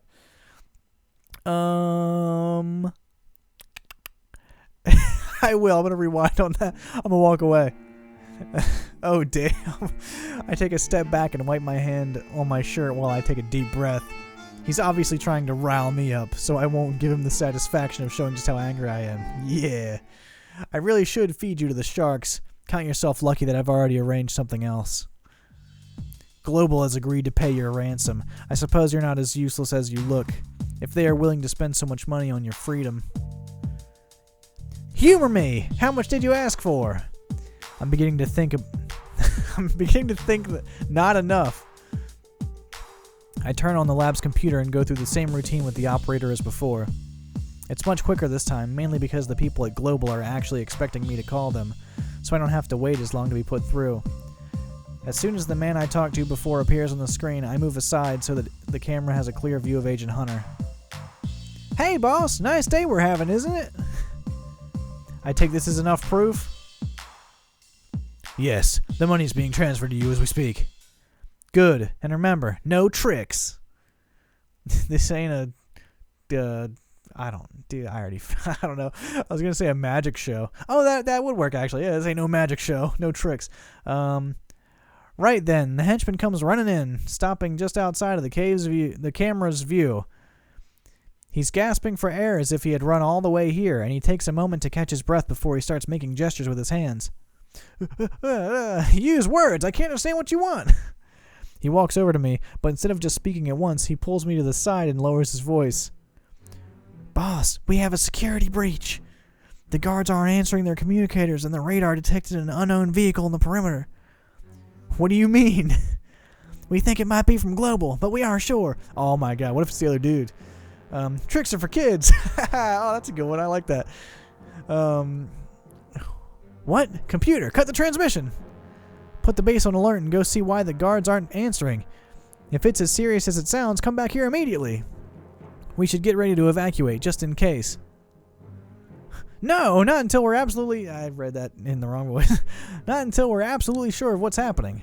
The henchman nods, but he doesn't move. He has a weird expression on his face, and he's basically frozen where he's standing. I glare at him, and he finally leaves. Oh, snap. Seems like my ride is here. Over my dead body, Agent. You're not going anywhere. Are you sure about that? Hunter raises his hands, and the cuffs snap open with a clicking sound. He does the same with his feet, and he hops off the table without effort. He smiles, tapping one of his middle teeth with his finger. The latest in agent tracking and signaling, courtesy of my friends in development. To be fair, I did tell you to search me thoroughly. It's not my fault you didn't listen. The gesture makes something click in my mind. He wasn't just being a pervert back there.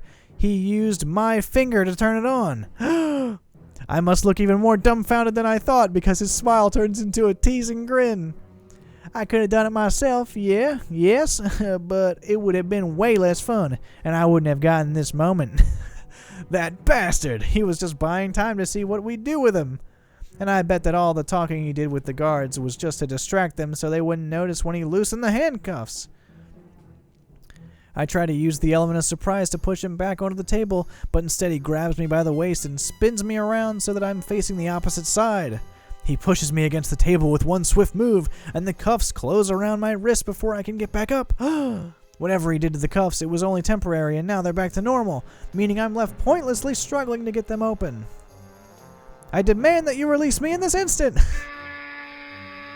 Whoa. I can't turn around my head enough to see what he's doing, but from the sound alone, I know that he's doing something to the control board. He's done in a minute, and another alarm begins to sound, this one in particular indicating the activation of the self-destruction protocol. Oh my god! Goodbye, Doctor. Woohoo! And he's gone. At first, I'm reasonably certain that Hunter wouldn't just let me die in an explosion, but when he leaves my sight and doesn't come back right away, I begin to panic. No matter how much I struggle against the restraints, it's useless. Hunter, you asshole, come back here! When I hear the sound of steps getting closer, I feel an immediate sense of relief. What are you waiting for? Let me out already! Maybe I shouldn't. When I realize that it's my uncle and not Hunter, the one who just came into the laboratory... When I realize the one who just came into the laboratory is my uncle and not Hunter, the rest of my words die in my throat. He walks over to the control board, pushing some buttons in order to stop the detonation sequence. After making sure that we're no longer in immediate danger, he turns the power, keeping the cuffs closed off long enough for me to get out of them and stand up. I rub my wrist and meet my uncle's eyes with an apologetic look. He doesn't look angry. No, it's far worse. He looks disappointed as he gestures at me to follow him. Oh no. Come. Uncle, the base. Come. Quietly. I do as he says, nodding quietly as I follow him out of the laboratory and into the office. The base is in complete chaos as we walk through it, with half of the henchmen busy moving things around while the other half rush back to their posts. A few of them look our way when they notice us, but none actually interrupt. Sphinx lets me enter the office ahead of him, slamming the door as soon as we're both inside. I almost jump from the surprise, which I more or less managed to dissimulate, with an awkward cough. Of all the irresponsible things you've ever done, this is by far the worst. I thought that you'd be able to handle this, but I see that I was wrong. Fortunately for you, the other agents were only here to pick up the one you brought in. They left as soon as he was back with them. Still, our location has been compromised. We're going to have to move out, sooner rather than later. Do you know how expensive that is, Keegan? How much work goes into relocating 100 people? Secret bases don't grow on trees. It's clear that you can't take care of yourself, let alone people put under your charge. It's been a mistake. It's been mistake after mistake, and you ended up endangering everyone in this base with your carelessness. As soon as I sort out the mess you caused, I'm putting you in a plane to America. Oh no, not America. Maybe Madam Mantis will manage to put you in line. I bite my lip. I want to object, but I can't think of anything to say. Instead, I take a drink of water.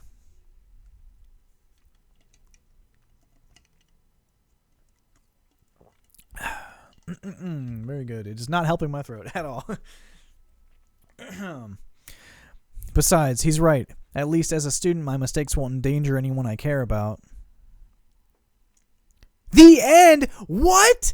You gotta be kidding me, dude. I didn't get any dope stuff. Oh! The end, question mark? I'm gonna start again. Oh my god. Okay. What the hell? I blew it, y'all. We're definitely doing this again. And I'm going to load. I really want to work out this thing with Hunter.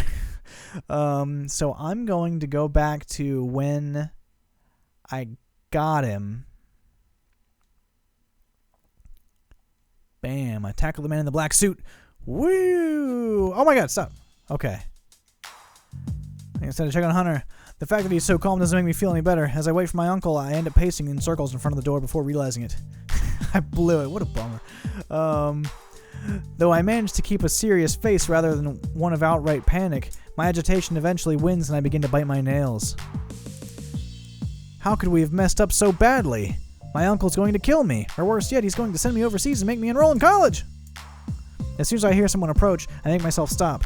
It's the henchman, followed by a couple of guards carrying a metal table with them. Okay, I'm gonna go to the next choice. Let's go check.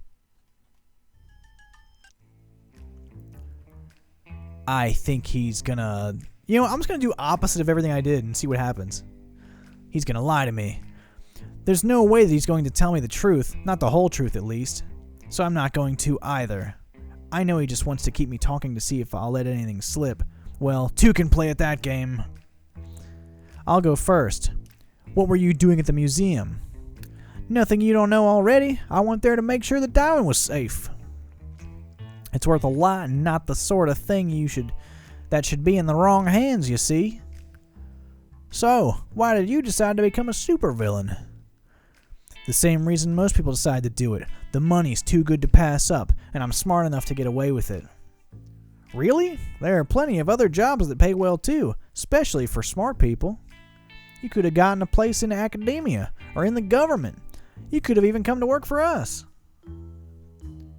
I'm not the kind of person that sits down in an office for 8 hours. I'm sure you understand that. If me being here isn't proof that my job doesn't involve sitting down in an if me being here isn't proof that my job doesn't involve sitting down in an office, I don't know what is. Ending up on the other side of this situation isn't exactly an appealing prospect either, Agent. Were you aware that we'd be at the museum? No, I didn't know about the Soviet either. But in his case, I was more or less expecting him to show up. They always do. Hunter makes a pause, looking at me as if trying to decide something. He raises an eyebrow, and then... Tell me, do you find me handsome? There's a moment of awkward silence as we stare at each other. I'm not sure about how I'm supposed to answer that other than turning him down yet again, and he waits for a bit before prompting me to speak. So? Really?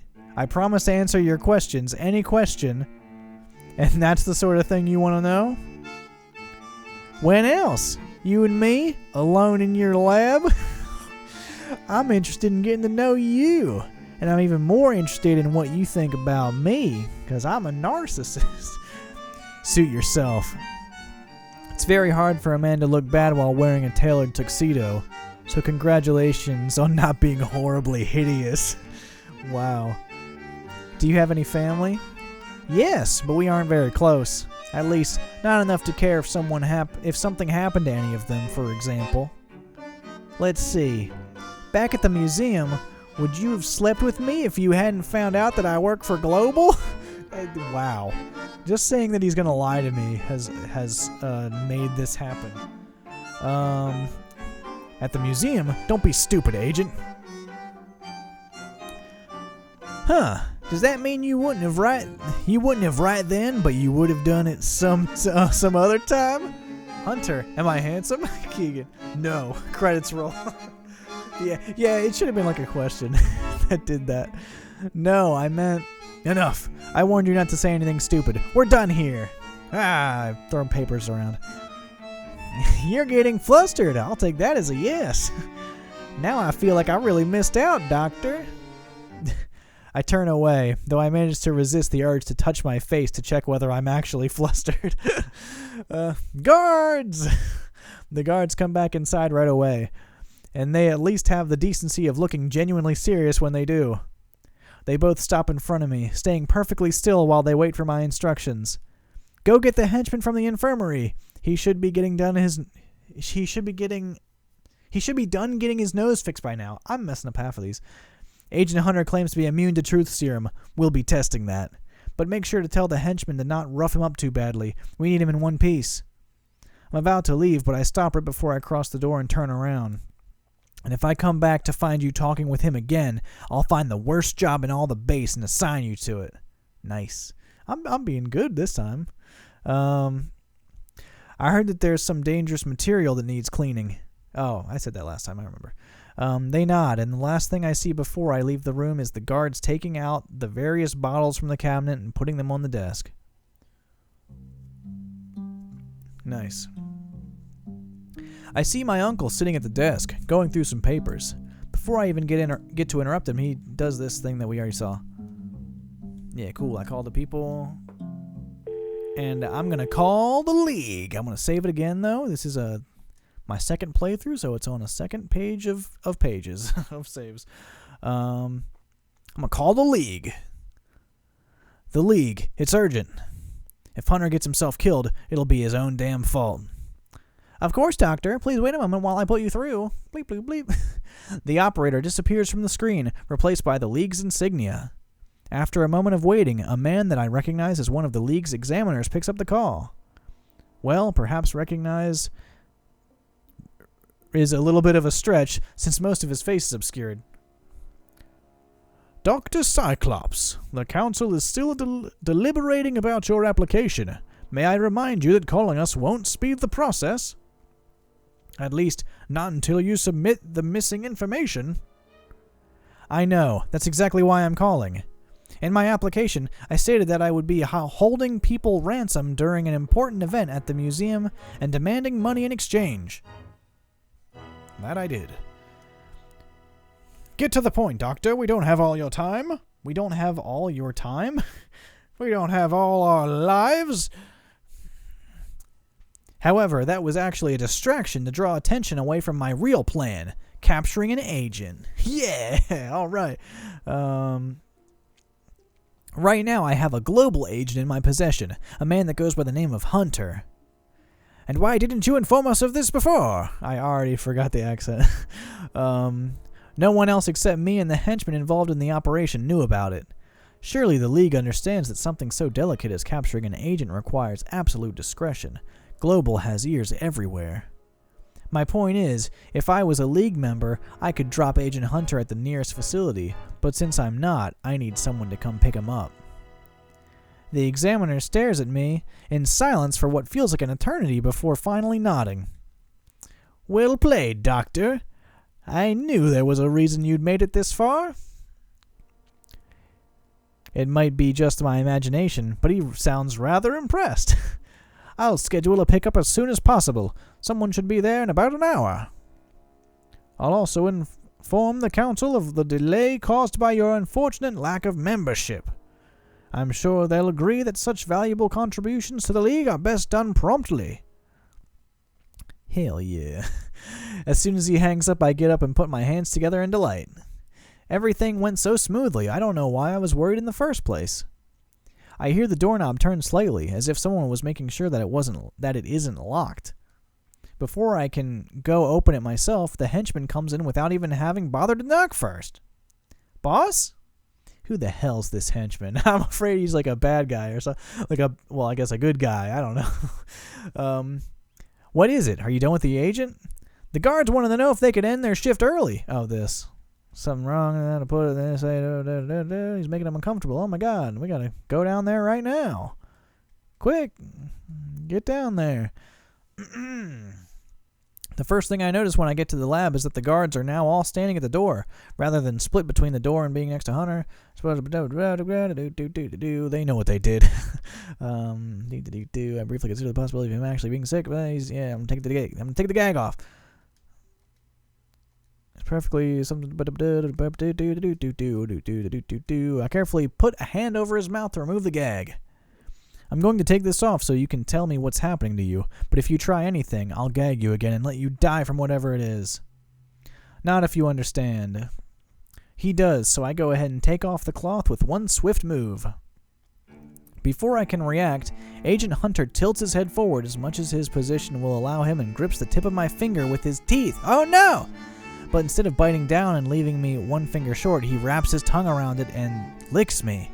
Startled, I pull my hand away, and we're left staring at each other for a moment. He grins and winks at me.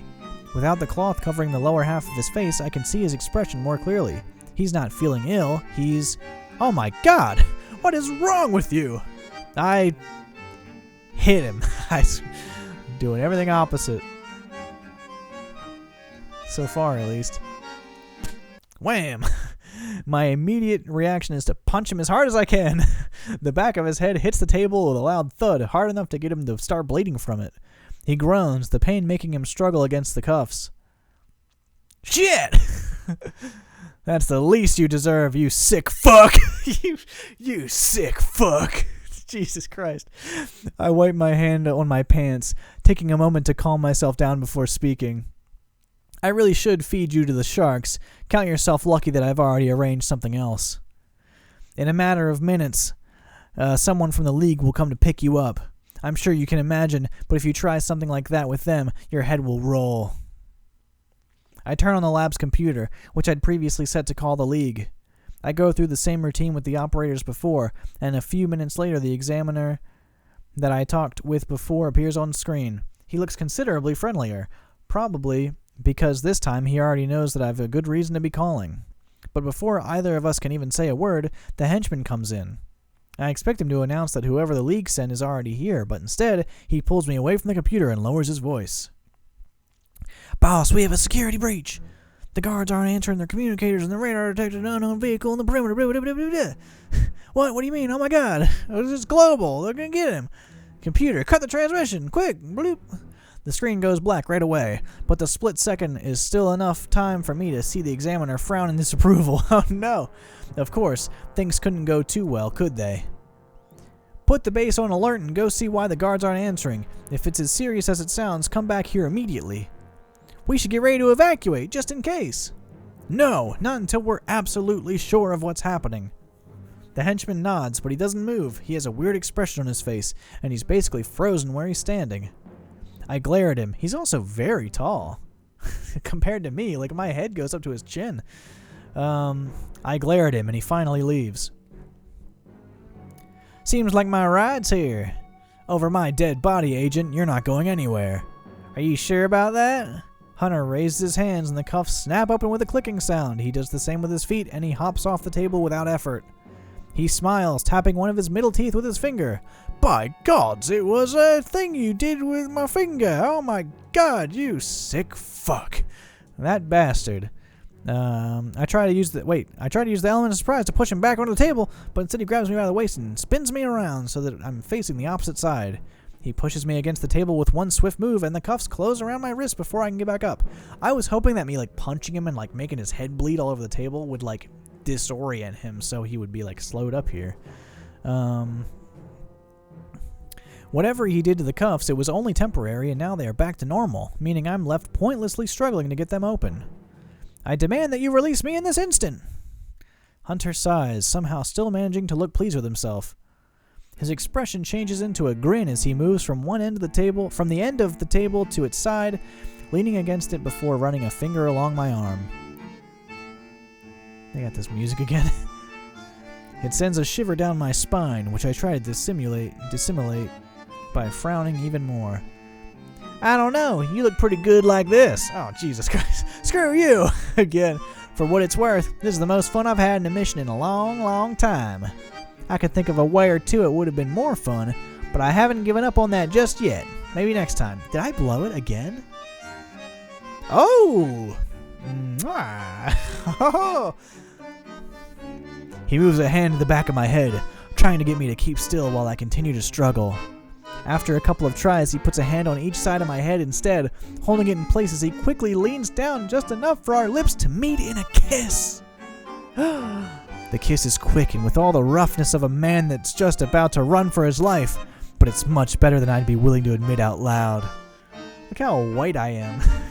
Much, much better. Oh, damn! Hunter pulls back, giving me another quick kiss before hopping off the table, taking a moment to straighten his jacket. When he's done, he puts his watch back on and uses his reflection on one of the monitors to comb his hair with his fingers. Watching him take the time to tidy up adds insult to the injury, and whatever enjoyment I got from the kiss is gone in an instant. Ground level has been compromised. All non-essential personnel commence evacuation immediately. All security personnel report to level 1. And that was the alarm. Great.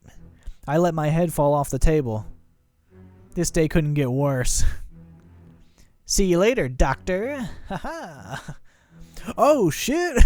Not so fast, Agent. Bum, bum, bum, bum, bum.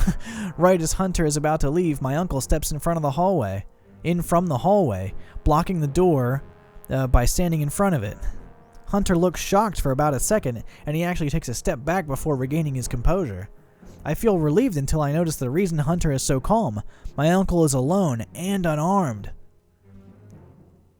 Sphinx, what a surprise! It's not every day that an agent meets a criminal of your caliber. 2 for the price of 1. What a deal. Should I be jealous, Doctor?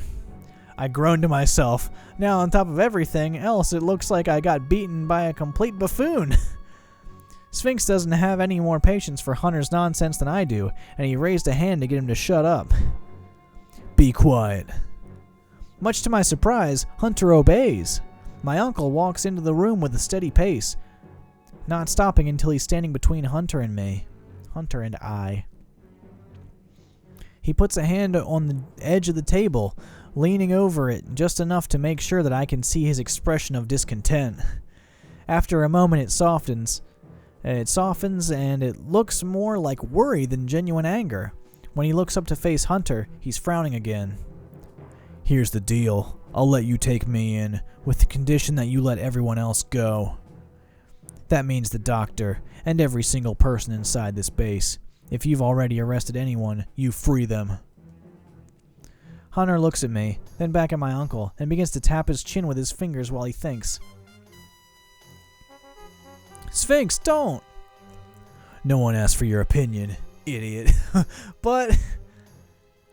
What do you say, Agent?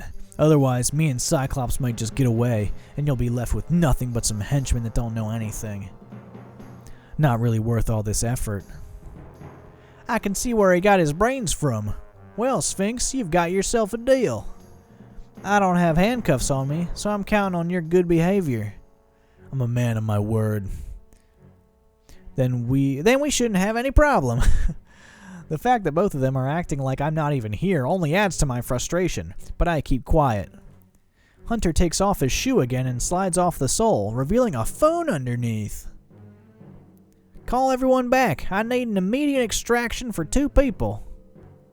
Huh? Let them all go. We don't have time to deal with a bunch of henchmen.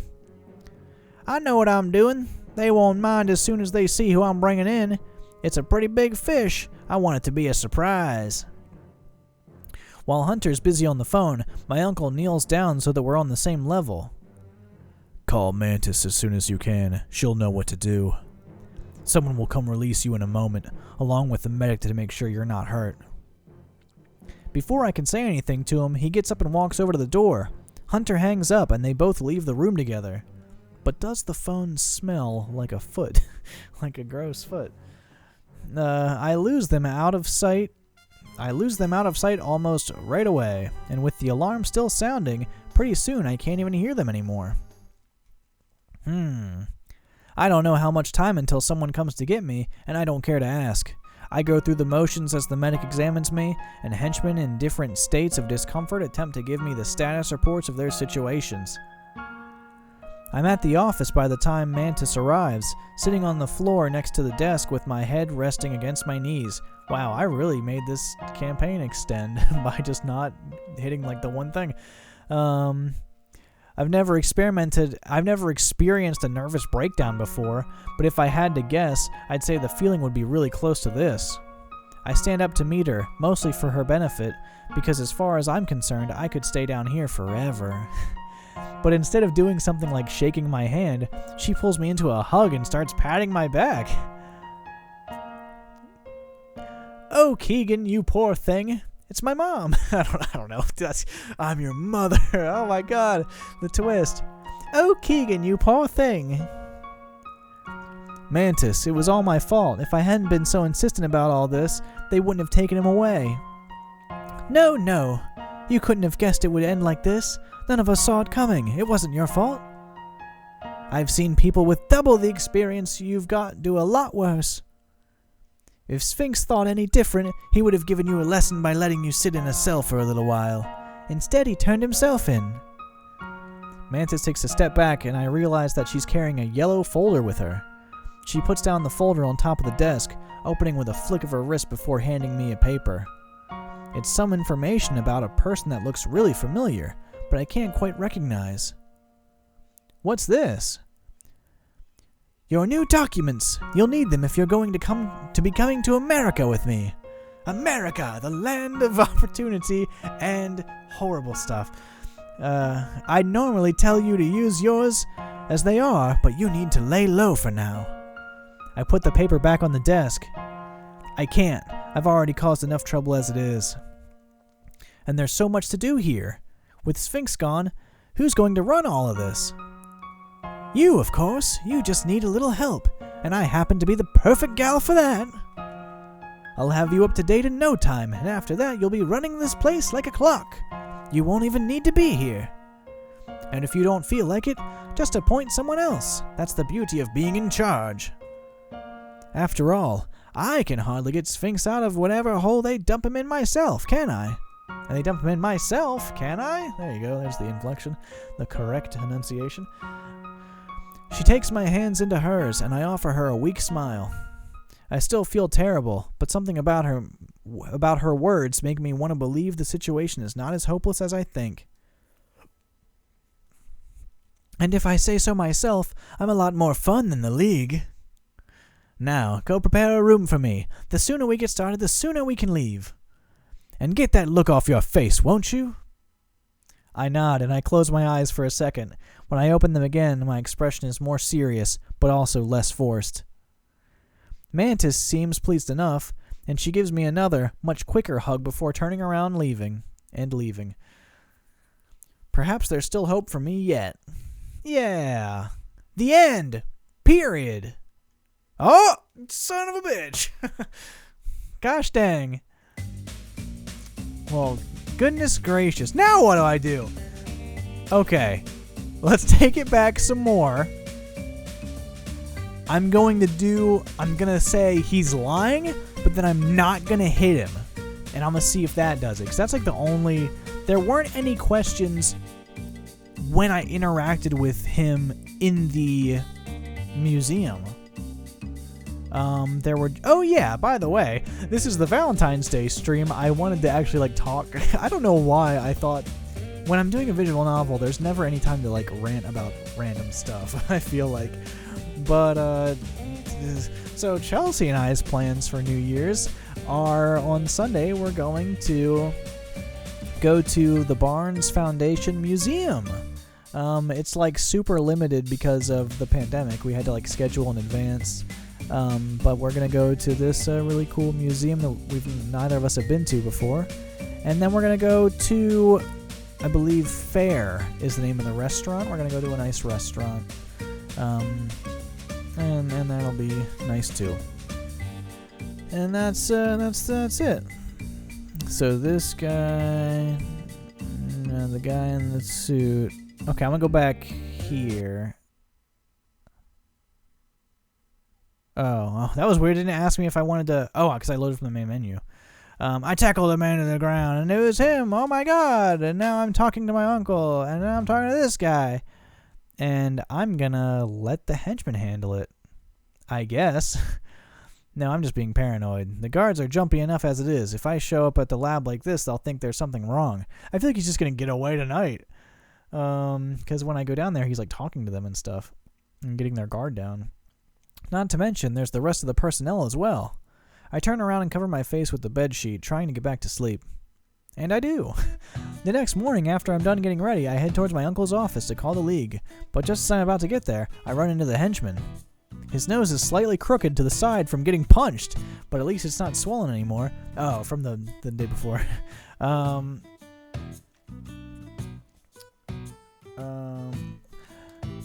He could probably get it fixed later. Sorry, I'm distracted. Good morning, boss. Did you sleep well? Hardly. Are you busy? No, the medic just cleared me for duty, so I was just about to report to my station. Perfect. Go help the guards get Agent Hunter ready. Someone will be coming to pick him up in about 2 hours. He nods, and I can practically hear the cogs turning inside his head as he does. Try not to rough him up too badly. I need him in one piece. Yes, sir. The henchman turns around to head toward the lab, and I go ahead and enter the office. I see my uncle sitting at the desk, going through the papers. He raises a hand, and I'm going to just talk. Oh! As much as... Okay, wait. Difficult, dangerous. As much as I get the idea. I don't know why it, like, stopped my skipping there. That was weird. Yeah, no reason in particular. I just thought it'd be no reason in particular. Don't worry too much. I'll be outside in case anything. So I'm going to call the League again. That sounded cool. Whoop. Uncomfortable. He's tied up and gagged. What could he be doing? I don't know why it pauses the skipping sometimes. We're all professionals here. Tell them to stop acting like children. They were very insistent, boss. Okay. I go down there, and he does the activation thing. So I'm going to save again. I'm going to do a space there so I know. I don't know. This is like where all the drama is. Okay, so I didn't even talk to him the first night. We didn't do like the he's lying thing. We didn't learn about each other. So now I'm gonna hit him, I guess. Because that worked out last time, I guess. My immediate reaction is to punch him, and he gets punched, and he's like, ow, damn. And then I punch him real good. He says, shit. And that's the least you deserve, you sick fuck. I forgot. That is, like, so shocking to me. Oh, man, I just finished the last episode of that swear words Netflix series with Nicolas Cage. I like little documentary things like that. It was enjoyable. I wipe my hand on my pants, take a moment to calm down. You really should feed into the sharks, blah, blah, blah. I'm sure you turn on the lab's computer, and he's like, hey, I'm talking to you. He's friendly. They didn't even have the conversation. Oh, never mind. I fast forwarded through it. I'm dumb. I was like, we didn't even talk to the League guy the first time. He says, oh my god, there's somebody here. And then I say, what? And he's disappointed. Of course, things couldn't go too well, could they? Put the base on alert and go see why the guards aren't answering. If it's as serious as it sounds, come back here immediately. We should get ready to evacuate. We should evaluate how we're gonna handle the situation. No, not until we're absolutely sure. And he's like stands there uncomfortably. Then he leaves. And then he's like, I'm snarky because I'm so cool and awesome. And then I'm like, yeah, shut up. And then I call him a sick fuck again. You sure about that?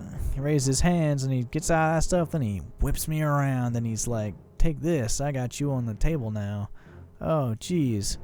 Someone I know says, yeah. He spins me on the table. It pushes me. I'm left pointless, struggling.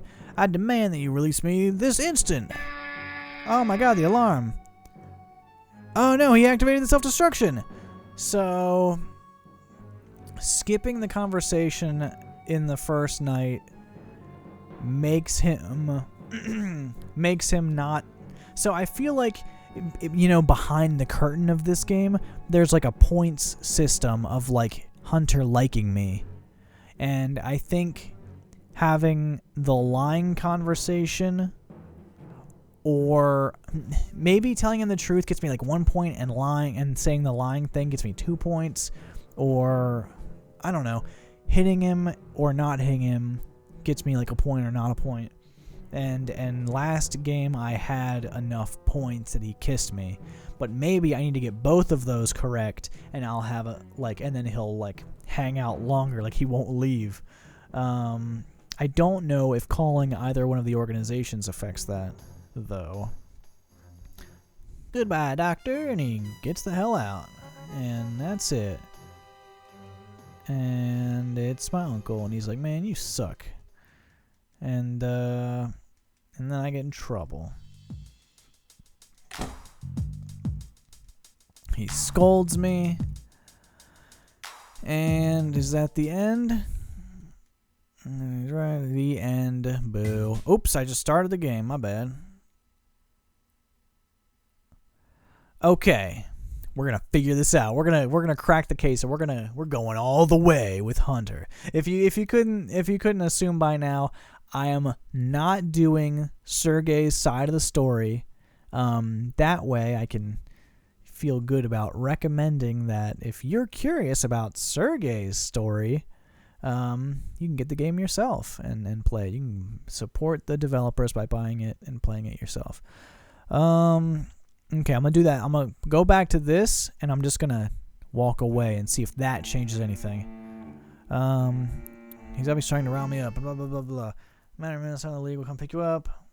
Yeah, we call them, and then they're like, oh, no, we got a security breach. And then we're like, what? And then the dude's like, and then he's like, haha, I'm so smart and you're dumb. And then he's like, oh, yeah, I'm out of these things, and I used your finger to do that. Pretty cool, huh? I'm a cool guy. And then I'm like, oh, you sick fuck. None of the guards end up wanting to get close to him. Yeah. Oh, he flips me and puts me on the table. Ooh. I demand that you release me this instant. Again. Oh, no, he did the thing again. Ah, you suck. And then I get in trouble. Boo. Okay, so that doesn't affect it. Me calling the, okay. Load this one again. Man in the black suit. So, I need to talk to him at the nighttime. Bam. Let's do this. Unless, you know what, I did not talk to him. I'm going to not talk to him. I'm going to do exactly what I did last time, except then I'm also going to call the global people. Because that's like the only variable I didn't try down like this path. Now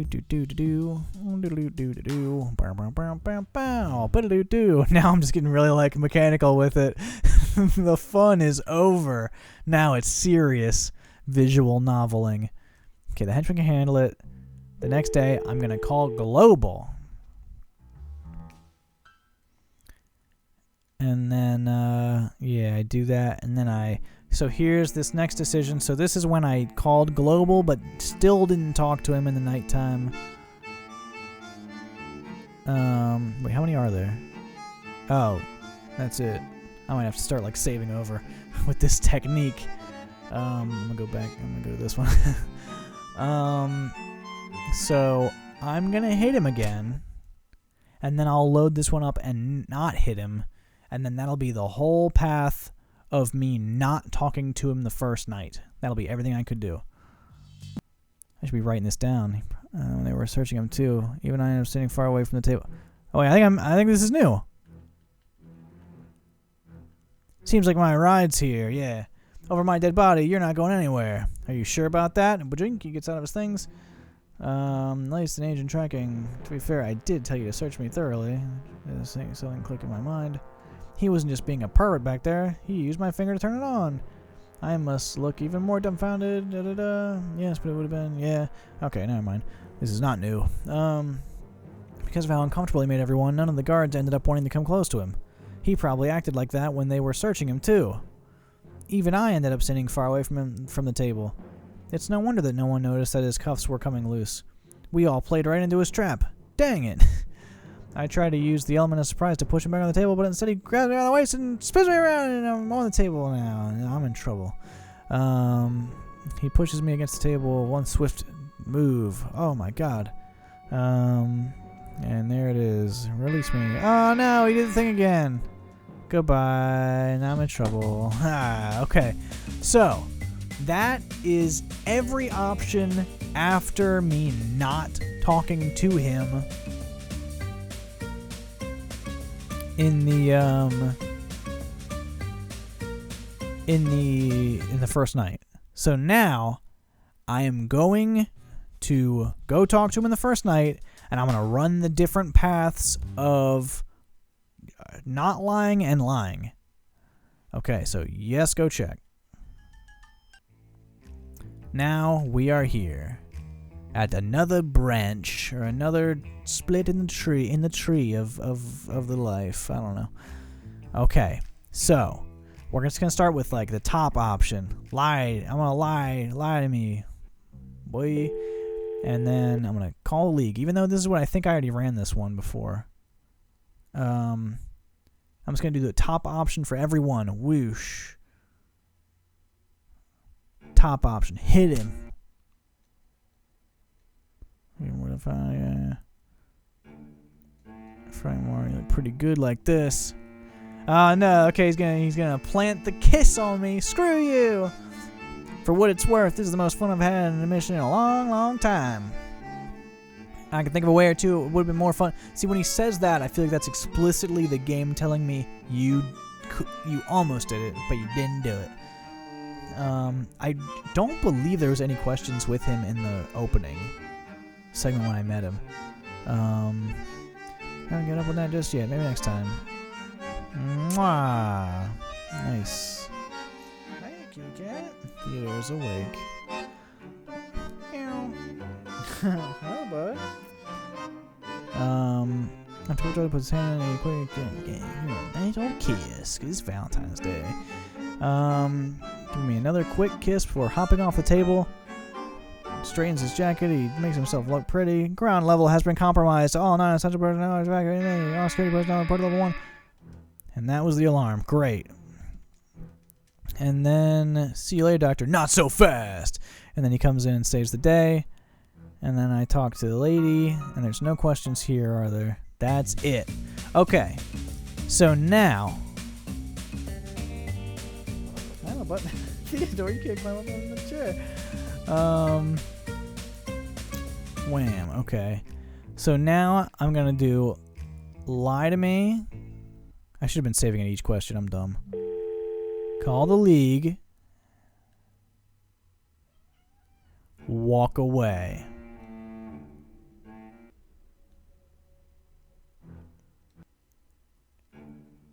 Dude. Oh, he gives me a kiss. And if I didn't hit him. Okay. I think the last run was just like what I did the first time. Or the second time.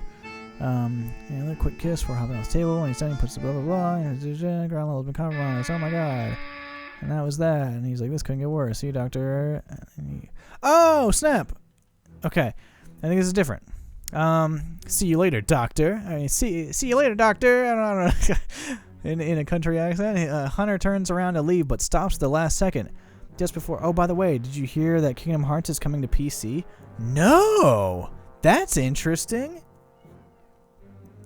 That's pretty cool.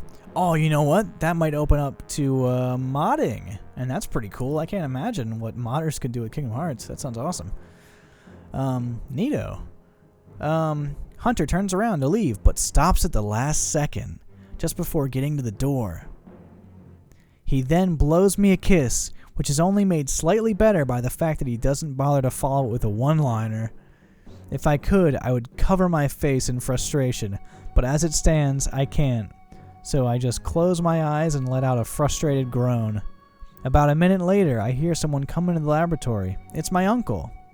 He runs toward the control panel and turns the power off so that I can get out of the cuffs. This is a different run. There you are, Keegan. Are you hurt? I can't tell whether he's actually as calm as he sounds or if it just seems like that because he's waiting for the right moment to scold me. Either way, I don't really care right now, and whatever he has to say, I probably deserve it. I stand up, rubbing my... No. Kitty cat. Trying to get on my desk. I stand up, rubbing my wrist. My whole body's going to hurt. Just a little bruised. Good, we have to leave now. This place will be full of global agents any second now. Oh no. He puts a hand on my shoulder and pretty much pushes me towards the door, walking out of the room right after I do. I follow him deeper into the base, down to where the vehicles are stored when not in use. The place is full of henchmen running back and forth, most of them trying to get as many things possible into the vehicles while the guards direct them. They swarm towards my uncle as soon as they notice him, talking on top of each other in an attempt to get his attention. He dismisses them all with a wave of his hand, pushing through the more insistent ones before we board a car that has been waiting for us. I look at him out of the corner of my eye and notice that his expression of worry is gone, replaced by a frown that somehow makes him look exhausted at the same time. Because Global found out its location, we had to get rid of the old base. Moving from one base to the other is always a tiresome process, and this time it was made worse by the circumstances. Or maybe it only feels that way because I've been the one taking care of the whole operation so far. Theodore! No! Hold on one second. No! No. Come here.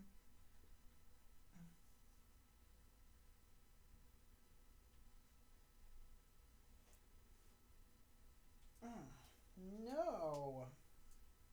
No, buddy. What are you doing? Okay. Now I'm holding Theodore. He is climbing around on my desk.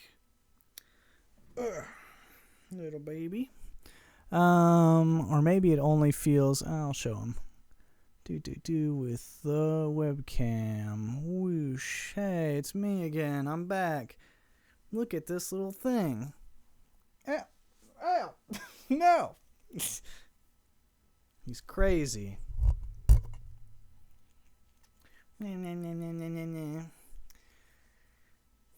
My little baby. Anyways.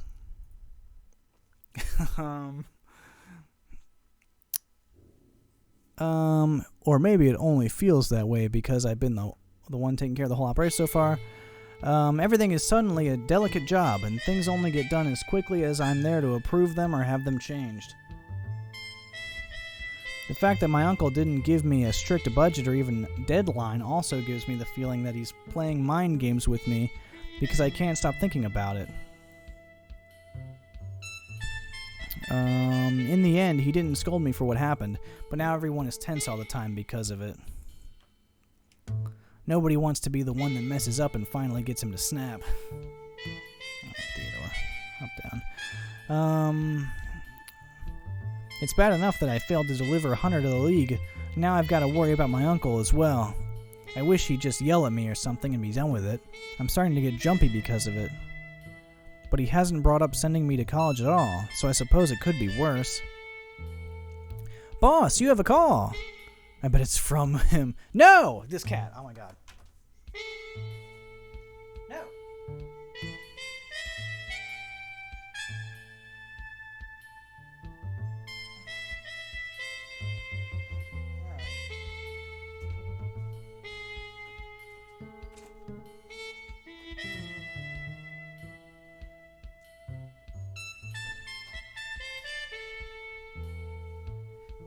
Hey fam, hang on 1 second. I'm gonna go give Theo some food and help him chill out in the kitchen for 1 minute. I'll be right back, alright? Thank you for your patience.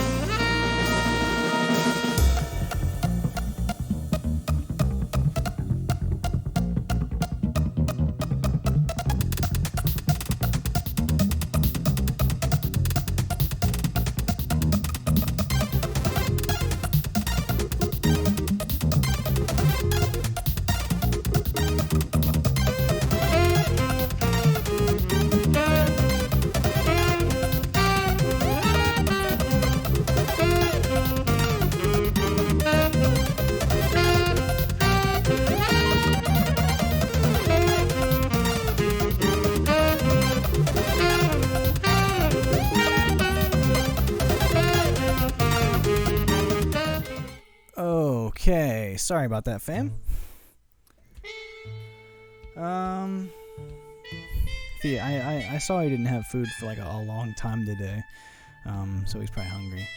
Anyways, the sound of the henchman opening the door snaps me out of my thoughts. I acknowledge him with a hand gesture, but I don't look up from the notebook in front of me. Even as we speak, I bet it's Hunter. Even as we speak, I'm still doing mental calculations and writing down the results. I'm not in the mood. Tell whoever it is to call back later. The henchman goes quiet, but he doesn't leave. Finally, I look up and realize that he seems rather uneasy.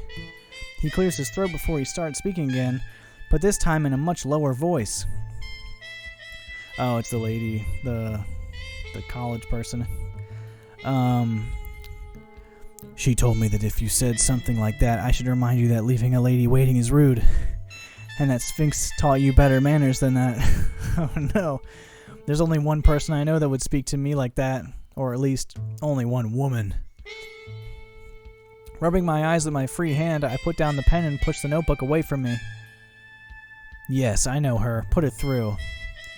But he still doesn't leave. Instead, he takes a step forward, getting close enough to drop a yellow envelope on top of the desk. It seems like whatever it is, it's for me. Do you need anything else? This came earlier. We already ran the usual test to make sure it's not dangerous, but we didn't want to open it without your permission. The first thing I notice about the envelope is that it's unmarked, without any signs of who might have sent it. I open it. Glitter everywhere. The only thing we know is that it's a document of some kind inside it. Well, an unmarked envelope of unknown contents and origin isn't worrisome at all. Totally. One thing at a time. First, the call. The henchman nods and finally walks out of the room right after. A moment later, one of the lights on the computer begins to blink, indicating that there's a call on hold. I press the button and Mantis appears on the screen, grinning as she waves at me. Hello, dear. I just wanted to check up on you. I don't remember the voice again. I forget. Mantis, to what do I owe the pleasure? You can stop, dear. Being humble doesn't suit a supervillain. In any case, I wanted to be the first one to congratulate you. I do my best to keep a neutral expression as I try to come up with something I'd done recently that would be worth calling me in person, and to congratulate me of all things. I can't think of anything that she'd be aware of, except maybe. I really appreciate that you went through the trouble of calling me, but I decided not to attend college. I'm going to apply for the league instead, and I've been working with my uncle for a while now. Someone was supposed to let you know that I wouldn't be needing the recommendation letter anymore. I'm not sure what happened. She looks confused for a moment, then shakes her head. The letter? That silly piece of paper? No, I knew from the moment Sphinx asked me to write it that you would have no use for it. I mean, look at you. You're a real chip off the old block. I'm talking about the league. Did you say you are going to apply?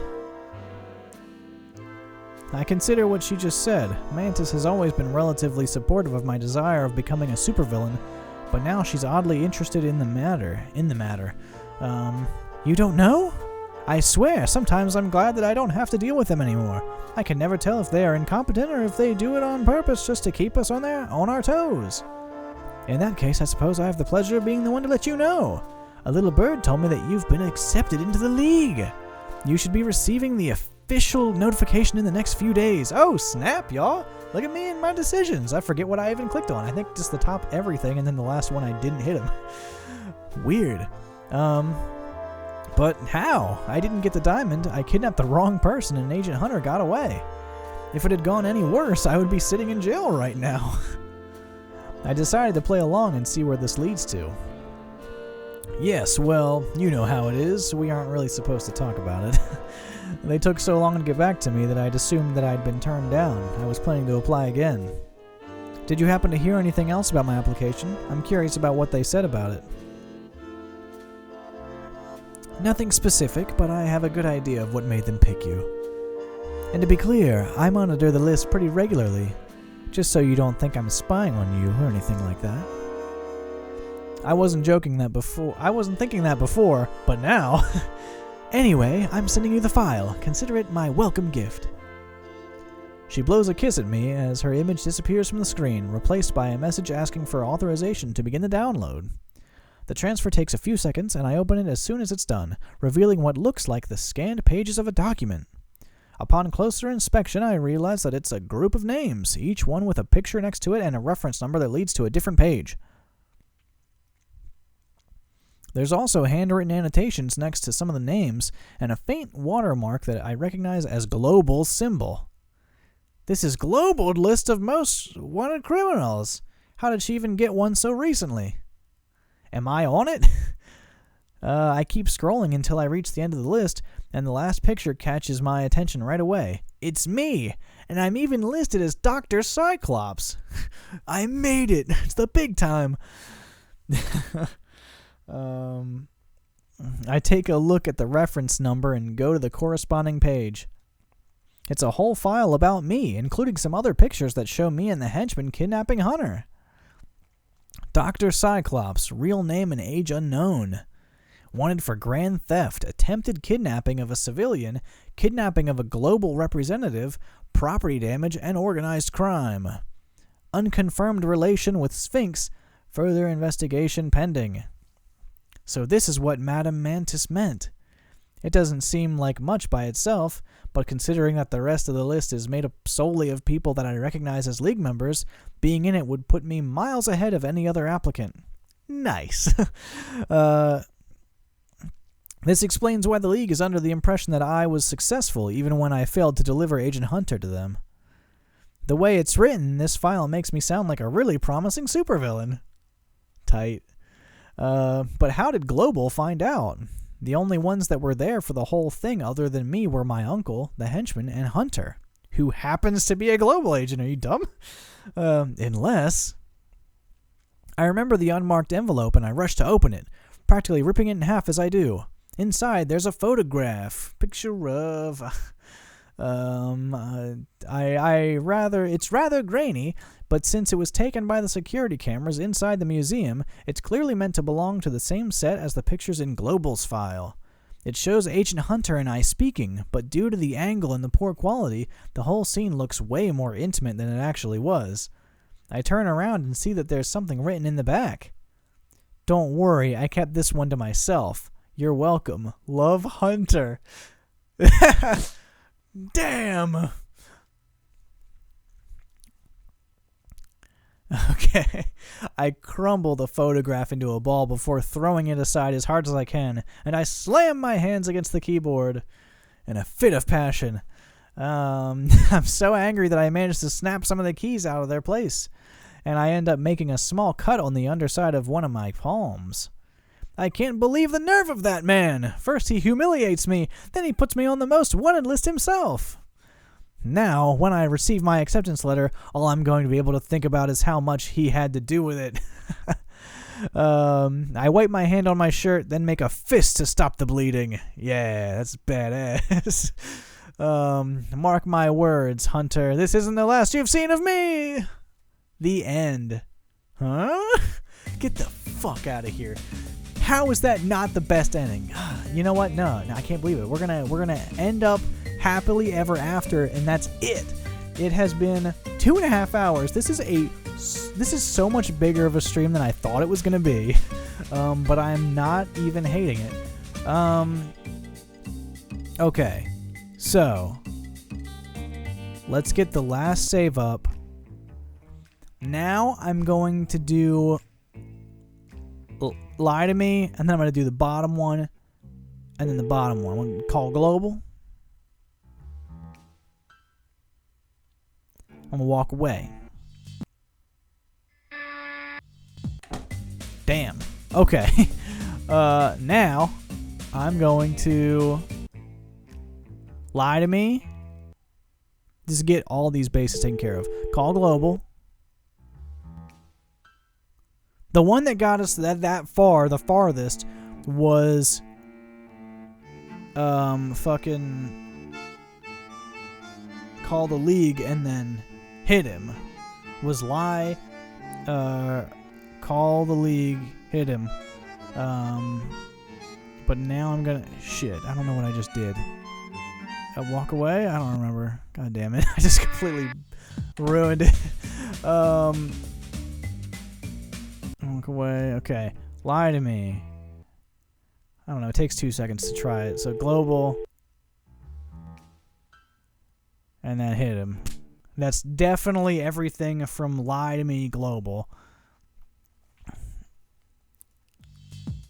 You're going for errors if you had to run all the way here. It takes a moment to do his breath. This word is going to, I don't know, there's a security breach. Oh my god, what do we do? Click on my mind. Oh god. And the grin, because he's totally awesome. You kidding me? Kiss. See you later, doctor. He turns around to leave. Before getting, he stops. And he blows me another kiss. Follows with a one-liner. If I could, I would cover my face with frustration, but as it stands, I can't. And here's my uncle. Follow him deep at base. We get out. We gotta rebuild the place. And boss, you have a call. It's the lady. And there's a document some kind inside it. Okay. So this is exactly what we had last time, except now I talk to Global instead of them. And I was fine outside the room right after. I was playing the candy's call. It's the lady. Hello, dear. I just want to check up on you. Yes, to you. What do I owe the pleasure? Stop. In any case, I wanted to be the first one to congratulate you. Congratulate me on what? I'm in the league. I really appreciate that you went through the trouble of calling me, but I decided not to attend college. I'm going to, what are you talking about? You're never in the thing. I'm talking about the league. Apply, you don't know? It's a pleasure. Little bird told me you got in there. I'm trying to play along and see what it leads to. Okay, force forward. How did she even get one so recent? Yeah. Dr. Cyclops, I'm in there. And let's explain some stuff, unless there's a photograph, picture of too much. You're the only one I want to touch. See your face every time I dream. Okay, I come with a photograph and I'm all mad. Is this the same ending? It says, "No last you've seen of me." And okay. So that is everything from Lie to Me. So now I'm going to do Tell Me the Truth. Tell me the truth. One.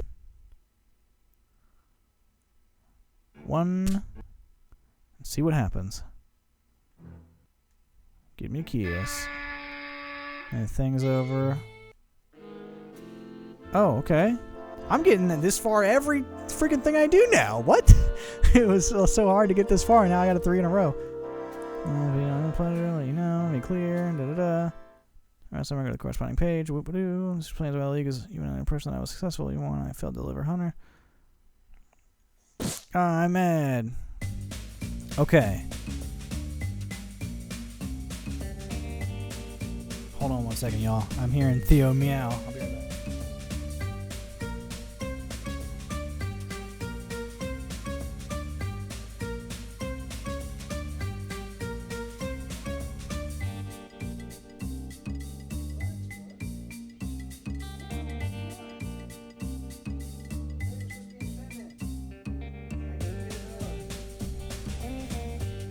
This cat.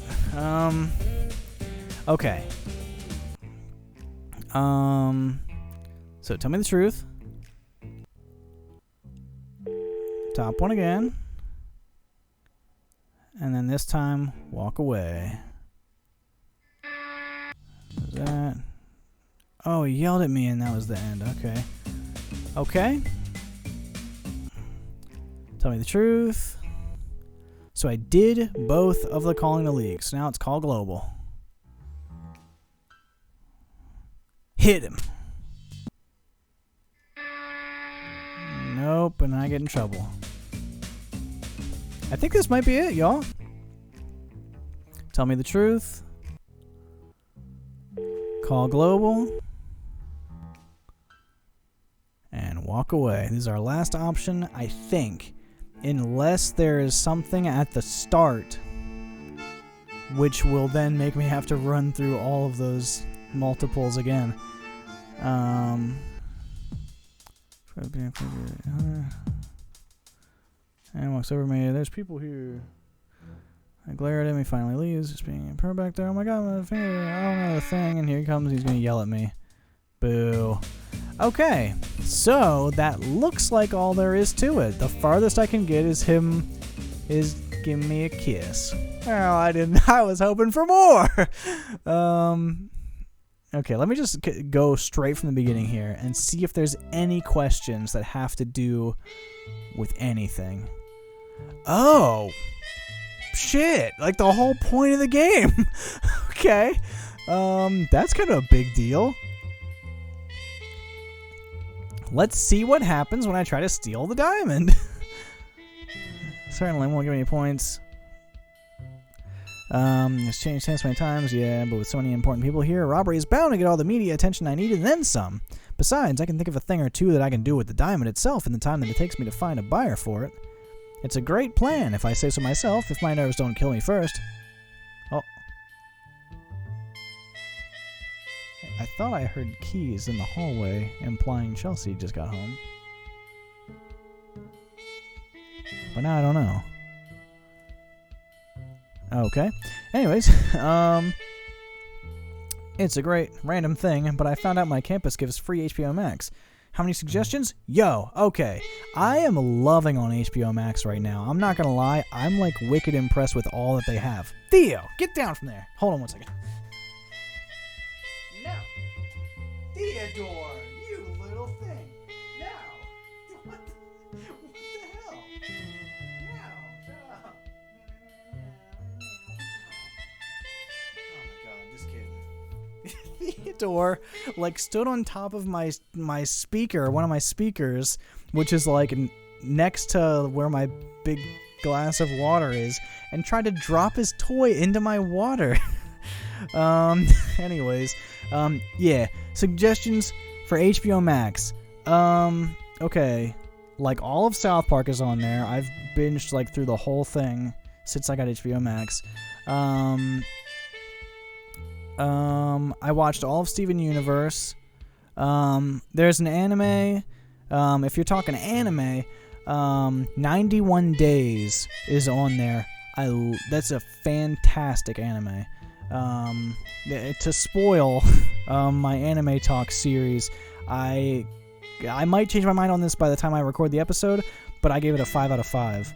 91 Days is on HBO Max. The English dub is great because they all have New York accents, so it really works.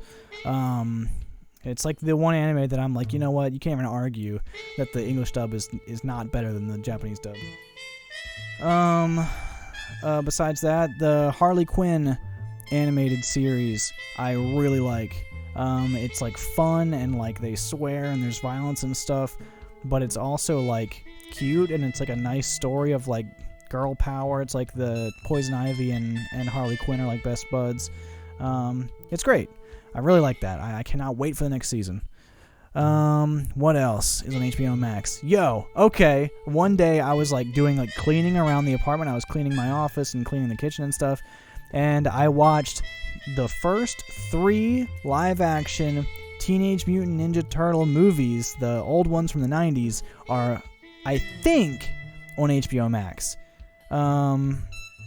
They were all 3 on, but I'm worried that the first 2, the best ones, are now gone. So double check that. I think I just recently saw the 3rd one was on there, and I was like, why isn't the 1st and 2nd one on? Oh, you know what, though? I was like looking through the fantasy sci-fi section, and the 3rd one, they go back in time, so I was like, no, that's why that one's in here, but the other ones aren't. I think all 3 of them are on there, but love the Ninja Turtles movies. It was great watching those again the other week. What else? Yeah, Steven Universe. They have like a Crunchyroll section. Oh my god, they just had a new Studio Ghibli movie come out, or however you pronounce it.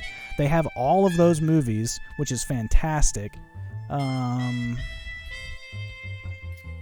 Yeah, just get in there and just dive in there. Right now I'm watching... Oh, I recently watched Hot Streets. It's a show, I think it's under like the Adult Swim web, I'm not sure. It might be like for Fox or something. I don't know. It's a show called Hot Streets, and it's made in some form of collaboration with Justin Roiland from Rick and Morty. It's got his solo vanity card at the end, and he does a voice for one of the main characters and like a couple people like throughout. But he's like a side character in it. It's not really Justin Roiland's thing, but I enjoyed it very much. Also, right now I'm watching Loiter Squad with Tyler, the Creator, because I just watched his show, The Jellies. There's 2 seasons of that on there, and I was like, it was alright. But then, so now I'm watching Loiter Squad a little bit, and that's okay. Yeah, it's just something to have on. What else did I watch? I don't know. Just get in there. They have so much stuff. I'm really impressed with HBO Max. They do have like a really good catalog.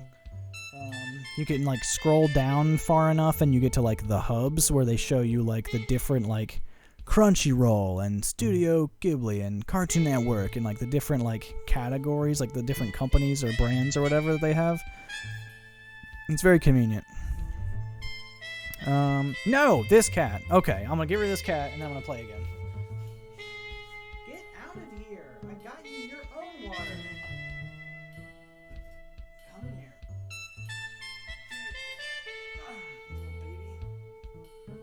Baby. Look.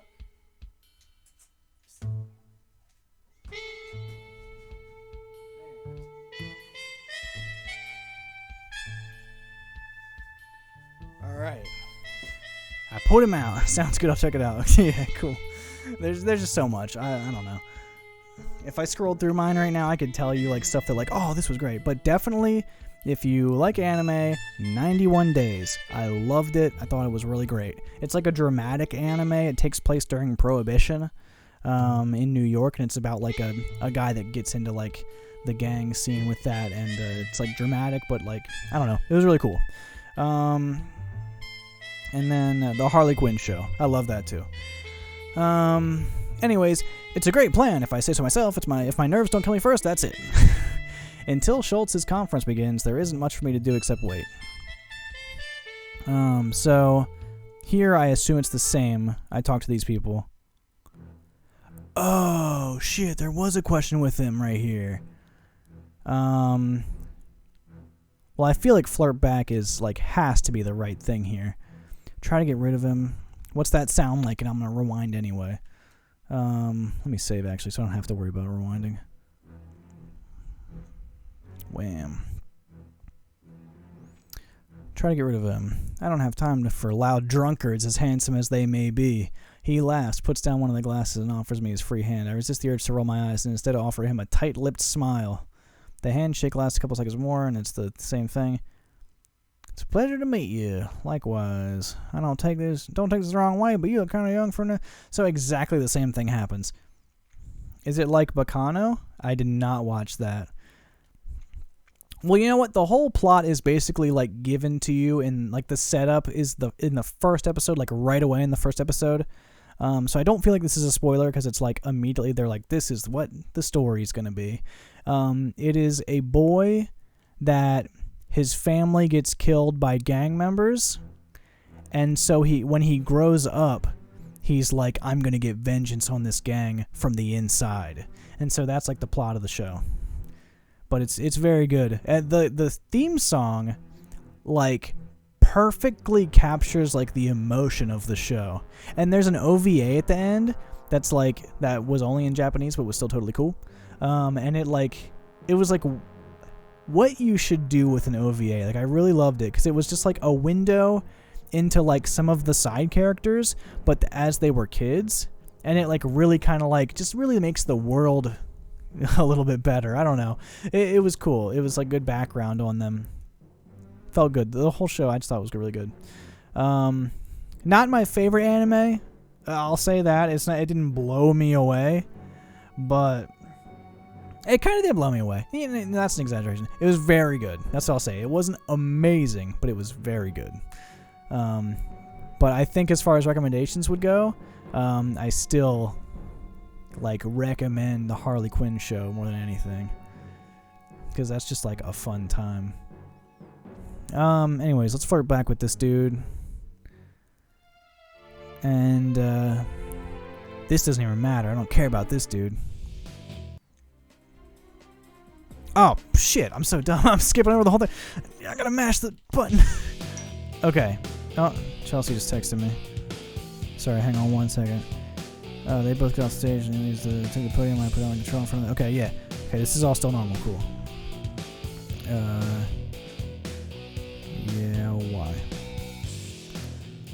Sorry, Chelsea's texting me, asking me if I'm still streaming. They both get off the stage, and he leads the press to the story. Okay, here I go. I'm stealing this diamond.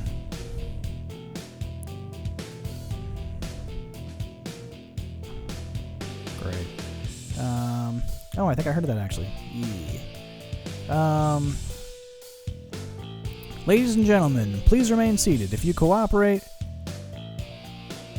Oh, my God. Hold on one second. I would rather pay you $10 and not have to come get you. And Chelsea just texting me. Her friend was going to drive her home after they were done hanging out, but her car won't start. Her battery's dead or something, and she's like, an Uber's $20.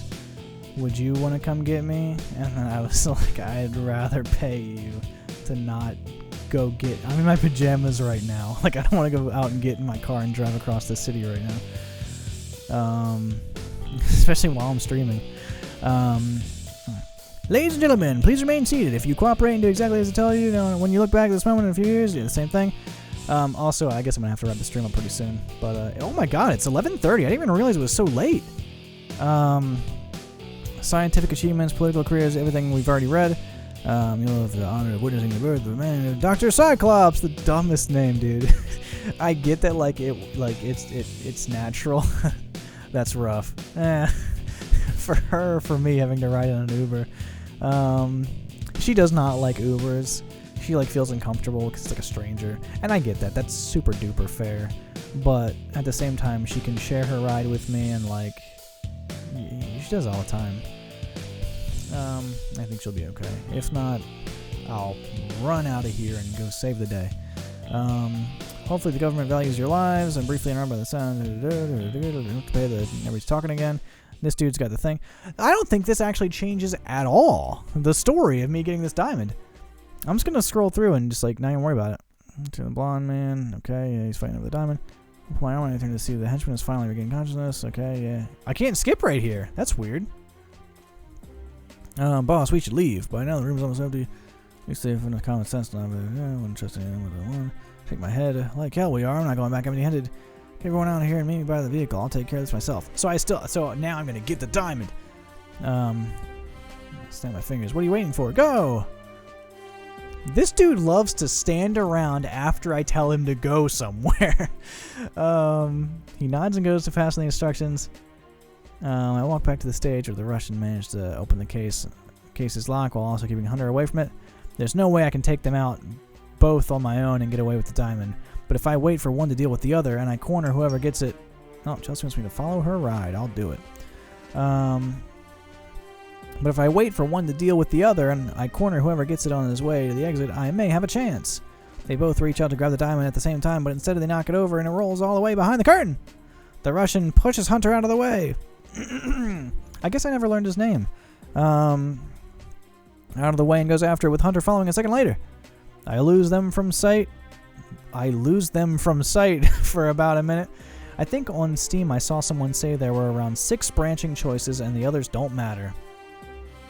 That's fair.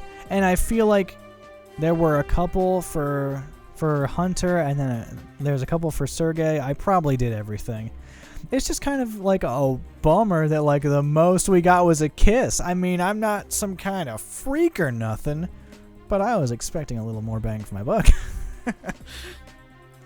Oh, there's Chelsea's ride. Pick up in 4 minutes. She's not even that far. Anyways. I lose them from sight for about a minute. My view obscured by the curtain. Finally, a hand pulls the curtain aside. I just get to pick? Agent Hunter. I see Agent Hunter crawl out from under this curtain, holding the diamond in his free hand. He looks a little beat up, but he's in a much better shape than I'd expect him to be after. That's ridiculous. In a much better shape than You know what, though? How would I have done that? You're right, me. I can't think of anything. He's going to be after fighting the Russian, mainly because he's still in one piece. Hunter stands up and puts the diamond inside his jacket before running his fingers through his hair in an attempt to comb it back in place. Why do you care about how you look right now? He uses his watch as a makeshift mirror and, satisfied with the result, takes a moment to look back to make sure that the Russian isn't going to follow him. When a few seconds pass and there's no sign of him, Hunter begins walking towards the exit. I leave the room shortly after he does, trying to remain close enough to keep an eye on him, but still far enough that he won't notice. I'm pretty sure he'd notice. The lobby is just waiting for a share my ride. Did I get it? Yes, I got your ride share. Yes, bam. Sorry, fam, and sorry for like future generations watching all my Valentine's Day content in a row, and you're just hearing me text my girlfriend. The lobby's just as empty as the auditorium was. Not even the guards are here anymore, and the police haven't come yet. With all the confusion, they're probably waiting for confirmation that there are no civilians left inside. Good luck with that. There's no way of looking into the museums past the lobby from the outside. Anyway, I'd better hurry before they change their mind. Besides the front entrance, there's only one other way to leave the building from the lobby area, the emergency exit at the side. Since he didn't head towards the front entrance, that means Hunter must be intending to get out using the emergency exit. I turn at one of the hallways, hoping that I'm not wrong. I get to the exit, and Hunter arrives a couple seconds after me, just enough time to put myself between him and the door. Bingo! Oh my God! Close Enough on HBO Max. It's an HBO Max exclusive. Close Enough is created by the people who made a regular show, but it's like for older people. Like, I feel like I watched regular show when I was like fresh out of college, and I was like, you know, like a lazy 20-year-old, and that's who the regular show guys were. And now I am at the age where my friends are having kids and getting married and stuff, just like Close Enough. It was perfect and felt very relevant, very relatable, while still having like the weird supernatural stuff that regular show mixed in too. Close Enough on HBO Max. Check that out. If you like regular show, you'll love that. I enjoyed it very much. He stops dead as soon as he sees me, his eyes widening with surprise. I'm hearing the cat out here again. I'm so sorry. I'm just going to go, because Chelsea's going to get home and see the cat just by himself, and I'm going to get in trouble. Hold on.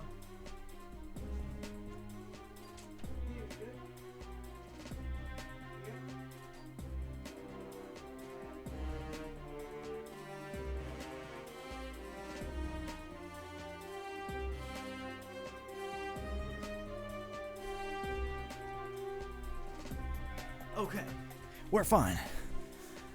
Okay, this is great, Agent. Hand over the diamond. This is it, Agent. I don't know. You're still here? You're still here? Listen, it's been fun and everything, but I really gotta go. You're cute, and I don't want to have to beat you to go through you, or arrest you. Why don't you do us both a favor and get away before either the police or other agents arrive? No way. Listen to this kid. No way. As far as I'm concerned, I don't care if I have to chase you all the way to your agency. I'm getting my diamond one way or another. He takes a step forward, shaking his head, but I don't move. Fine, I guess I'll just have to teach you to be more accommodating when someone's trying to be nice to you. But when you're sitting on a cell, remember that you were the one who insisted on this. Put up your dukes, and we fight. Suddenly, there's a crunching noise, loud enough to interrupt Hunter. We both stay completely still for a moment, trying to decide whether it's something that needs our attention more than each other. I hear the noise gain, but this time it doesn't stop right away. Instead, it keeps getting louder and closer until it appears to be coming from right above us. Dust begins to fall from the ceiling, and I cover my mouth with my sleeve. Hunter lets out a cough and does the same. We stare at each other, neither wanting to be the first to look away. Finally, I'm the one who gives in and looks at the ceiling. The noise is frankly too loud to ignore, and the closeness is worrying. I immediately realize the source of the sound. Cracks have begun to appear on the ceiling, small pieces of it falling off as the structure struggles to remain in one place. At this rate, we only have a matter of minutes before it collapses completely. Oh my god, how? It would take more than a couple of flash grenades to damage the building to this extent. I try to think, but nothing comes to my mind. It doesn't matter. That's not important right now. I have enough time to either get out of here or stop Hunter, but not both. Well, I don't want to die. Watch out! Before I can react, Hunter grabs me firmly by the hand, and pulls me aside with such strength that I struggle to keep my balance. Chelsea's trip has begun. Chelsea is on the way in a Nissan Pathfinder with some old dude with a 4.94 rating. Alright. I'm about to protest when a steel beam falls from the ceiling. landing just where we were standing a couple of seconds ago. Oh my god. Both of us instinctively take a step away from it, and we exchange a surprised look. Though we aren't hurt by the fall, the beam ends up in a position that completely blocks the door with it. And with it, our way out. Me killing another one of their lines. Let's go back while we still can. Let's go back while we still can. There you go. The dust continues to fall around us, turning so heavy that it obscures my vision more and more by the second. Still holding my hand, Hunter pulls me along with him as he runs towards the auditorium, going so fast that I can barely keep up. He doesn't slow down, but when I feel like I'm about to fall behind, he tightens his grip so that I'm forced to quicken my own pace as much as I can. This cat is making noises and I don't know where he is. We barely manage to make it inside, dodging the debris in our way before the building becomes too dark to move around. Fortunately for us, the auditorium has a much better ventilation system, or rather, its ventilation system is actually still working. The lights flicker on and off every other second, but they are mostly functional too. It's enough for us to be able to make our way further into the auditorium, and the first thing I notice is the state of the stage. The concrete wall behind the curtain is missing its whole middle part, with exposed wires and metal pieces lying on the floor. It looks like a bomb went off right behind it, which would explain both the noise we heard and what happened to the rest of the building. Behind us, the movement of the building adjusting itself causes the door to swing until it finally slams shut. We stop when we reach the seats, and Hunter crouches. Was that the thing? Making noise? I don't know. I heard like a bang. I hope it wasn't from outside. We stop when we reach the seats, and Hunter crouches in the space between them and the stairs before pulling me down so I'm in the same position. It's so small that it's almost suffocating, but there's also not as many things that could potentially fall on us and kills us. We remain in place until the noises die down, and for a moment after that just in case, before slowly getting up when we've made sure that it's safe to do so. I step away from Hunter, pulling my hand towards me so that he lets go off it. There's something on your... Are you alright? There's something on your S. I can think of nothing that starts with S. There's something on your shoe. I look down and realize that he's talking about a bloodstain on my shirt. Oh. I put a hand against my chest, and I'm immediately relieved to find out that it doesn't hurt to do so. I pull my sleeves up and take a look at my arms. I've got some cuts and scratches, but nothing big enough to be where the stain came from. It's not mine. Oh, good. It's mine. Oh, no, he just dies. One of the longest minutes of my life. One of the longest minutes of my life. I thought you said the bombs were decoys. They were. Something else must have happened. Whoever blew the stage must have done it. You went through the trouble of putting decoys and replacing the workers, and you didn't notice that there was a real bomb in here? I frown. It's not only the tone in which he's saying it. He's absolutely right. Someone's oversight almost got us killed back there. Well, it's not like your people noticed either. Wait a minute. How do I know that Global didn't have something to do with it? If it wasn't for me, you wouldn't have been inside when the building began to collapse. And I still don't know what you were doing here in the first place. We had no way of knowing that the museum would be empty by now. It might as well have been full of people. Which, unlike for some people, that actually kind of works. Unlike for some people, is a problem for us. Is it now? Yes, especially when half of these people are Western politicians and scientists. I suppose you have a point.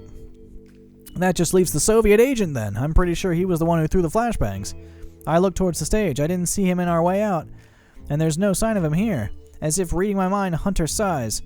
Let's hope he didn't get away, or else we're going to have yet another problem in our hands. Anyway, this isn't how they usually work, but I wouldn't put it past them. You can never be sure when commies are involved. Jeez. On the good side of all this, if it was him and he didn't get away, we won't be seeing any more of them. Their operations are rather limited outside of the Soviet Union, so there's a pretty good chance that they won't bother with an agent that didn't report back. If there were others, they probably retreated already. In that case, let's get out of here. I'd say it was a pleasure, Agent Hunter, but it really wasn't. Haha. Yeah, got him. Schultz is going to be here in 1 minute, y'all. We start to walk towards the exit. Hunter steps ahead of me and puts a hand on the knob, turning it all the way. He pulls and pushes, but the door doesn't move. He tries turning the knob in the opposite direction, but it gets the same result. Oh no, we're trapped in.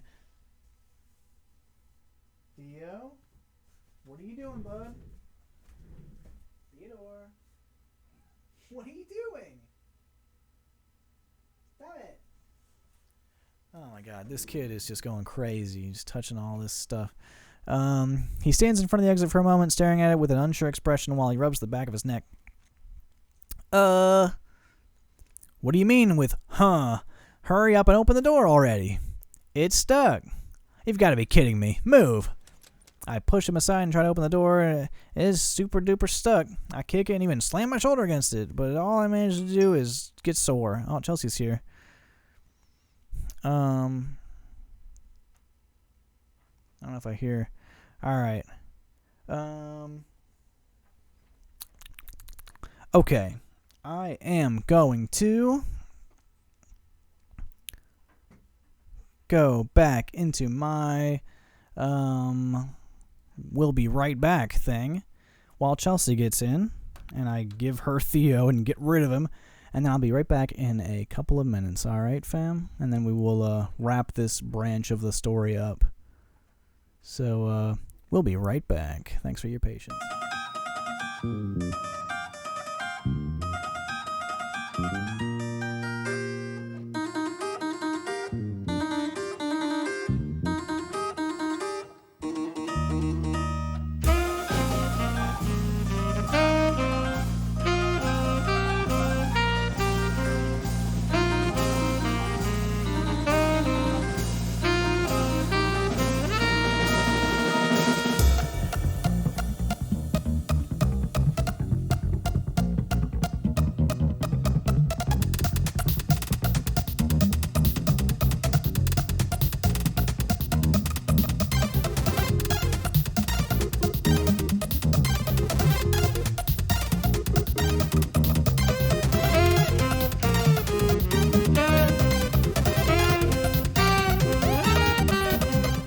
Okay, I'm back.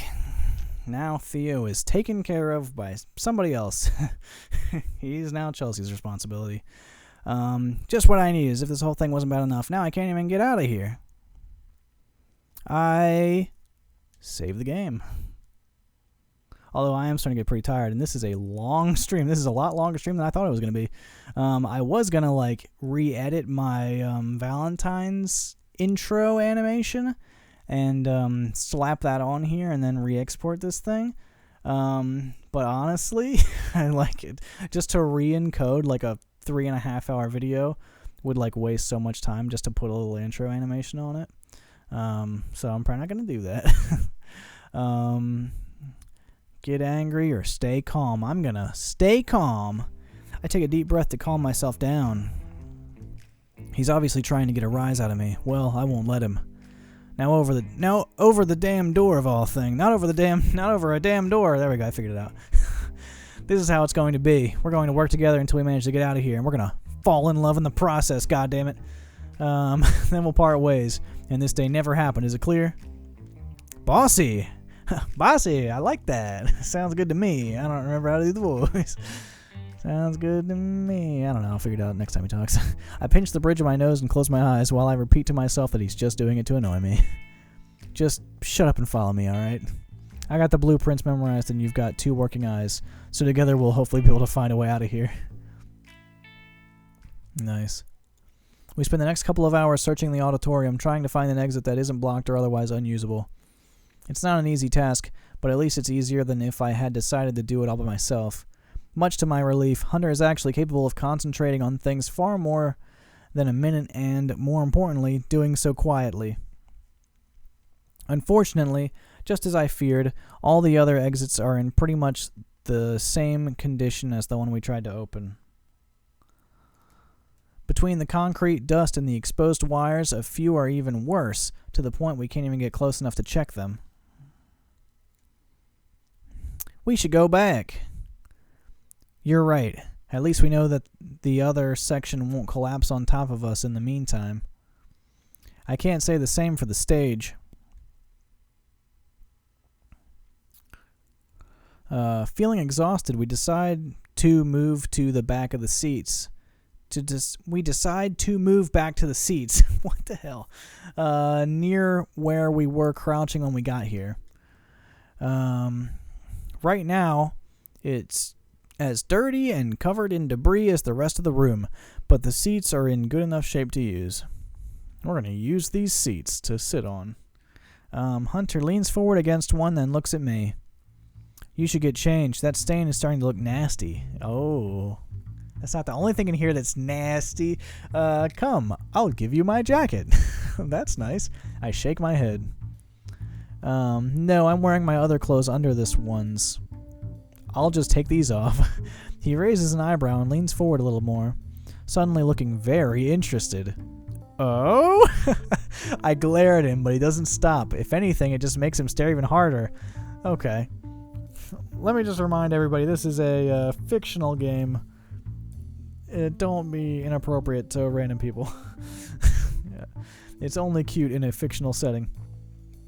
Even though I'm not actually undressing, the way he's leering at me is making me uncomfortable, so I turn around while I take off the suit. When I'm done, I throw the dirty clothes beside me. Ah, that color suits you. Hunter goes around the seat and sits down, crossing his arms behind his head. I decide to remain standing up, a couple of steps away from him. About that, don't you think it's odd? About what? That this section didn't come down like the lobby did. Many of the exhibit halls are reinforced to protect the pieces being displayed from natural disasters or anything else that may damage them. Maybe the auditorium was built similarly, while the lobby wasn't. Repurposed rooms are common in old buildings like this. It's cheaper than adding new ones every time. The blueprints weren't specific about the materials, so I can't say for sure. Damn, and reinforced concrete blocks radio waves, right? Unless they are strong enough or they have a way of getting out like a signal booster. Why the sudden interest? Hunter raises his left leg and takes off his shoe. He raises his left leg and pees like a dog, sliding off the sole to reveal a phone hidden underneath. You had a telephone with you this whole time, and it didn't occur to you to use it before we wasted hours looking for our way out? It's supposed to be a last resort, mostly because if it does work, it means the place will be full of agents in no time. Oh, so you did for me then? Now you're telling me that you know what's better for me than I do? I'm a gentleman, you see. This time I can't resist the urge to roll my eyes, and I cross my arms. But there's also the fact that a big operation would mean I wouldn't be able to work undercover here for quite a while. Don't you have some sort of way to communicate with your henchmen? I do, but it's not very potent. He just shouts, "Hey!" It's designed to be used in small distances, so even if they were right outside, they wouldn't be able to get the signal. He gives me a side glance, and I get the impression that, as far as he's concerned, it's worse than not having one at all. His attention goes back to the phone, and he tries dialing a couple of numbers. The first one is flat out dead, while the other has so much interference that it's impossible to tell. Ah, just as I thought. I take off my watch and turn it around, pushing one of the buttons on the lower side. I'm pretty sure it won't work. That noise was like scared me. I was like, "Oh, what's going on?" But I'm pretty enough. Oh, I'm petty enough to try just because Hunter did. After beeping for a couple of seconds, the watch flatlines. I sigh and put it back on. Same, it's dead. I was hoping I'd be wrong about it. If I had to guess, I'd say that the agency will send someone to look for me as soon as they find out that I didn't report back to my handler. But it might be a while before they are able to pinpoint our location without some sort of direction from us. What about your men? What about your men? That's a good question. I'm pretty sure that no matter how angry my uncle may be, he won't let me die here. Or be sent to jail for that matter. But this could easily end up with them getting arrested if they are not careful. God, I hope they are not dumb enough to come looking for me without a plan. I'm sure they noticed the moment I didn't meet them outside, but there's not much they can do if they also have to deal with the police. It sounds like we'll be stuck here for a while. Oh, it sounds like we'll be stuck here for a while either way then. You said you were called Dr. Cyclops? Did I hear that right? Yes. As soon as I answer, I feel Hunter stare on my face. Our eyes meet for about a second before I turn my head away. I have never been self-conscious about my eye, but that doesn't mean I want people staring at it. Especially when they do what Hunter is doing right now. They don't know whether saying something would offend me, so they end up making that expression while they decide. Hunter is worse about it too, because he keeps mixing it up with awful pickup lines. Yes, it's because of the eye. Was it during a job? No, it was an accident. Just drop it. Oh my God, it's when my parents died. I expect him to ignore me and continue asking about it, but instead there's a moment of uncomfortable silence while he thinks of something else.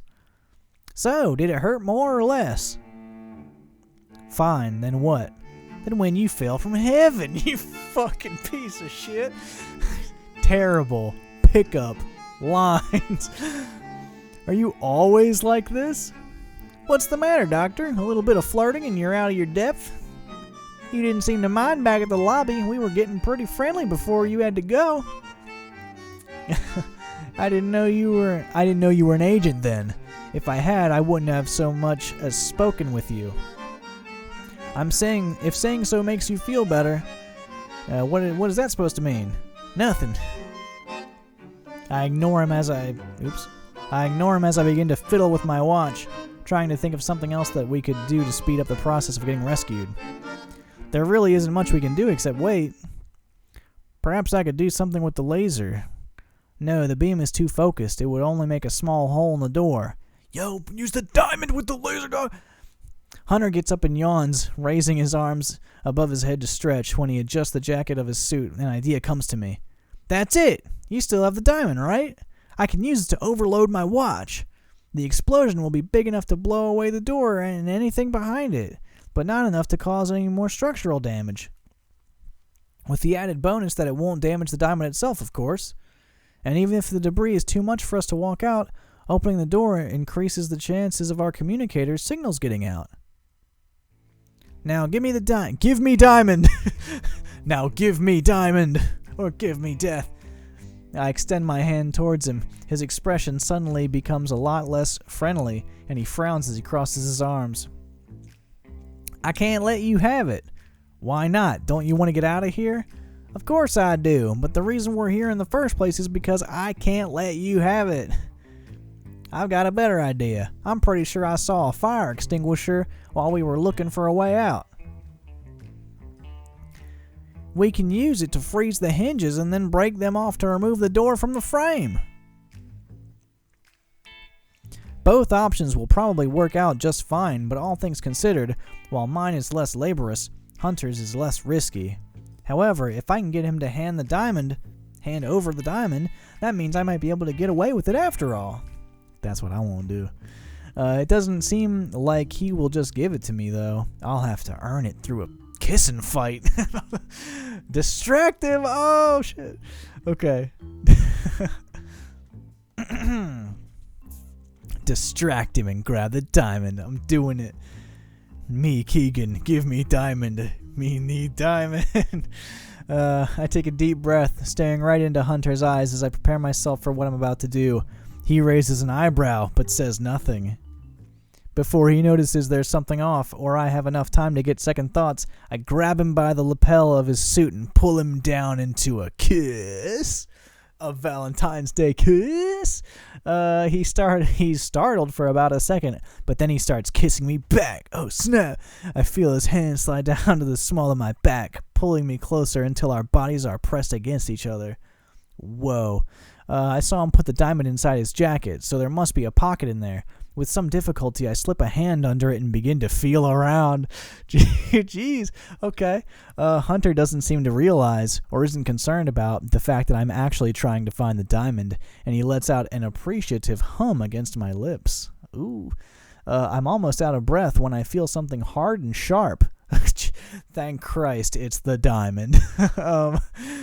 I close my hand around it so that when Hunter steps away, I'm the one left holding it.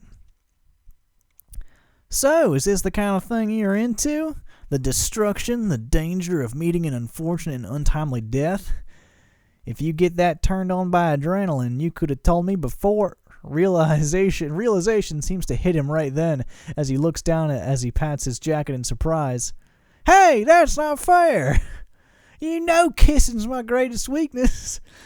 What's the matter, agent? I thought that's exactly what you wanted. Well, I have the diamond now, so you might as well let me work.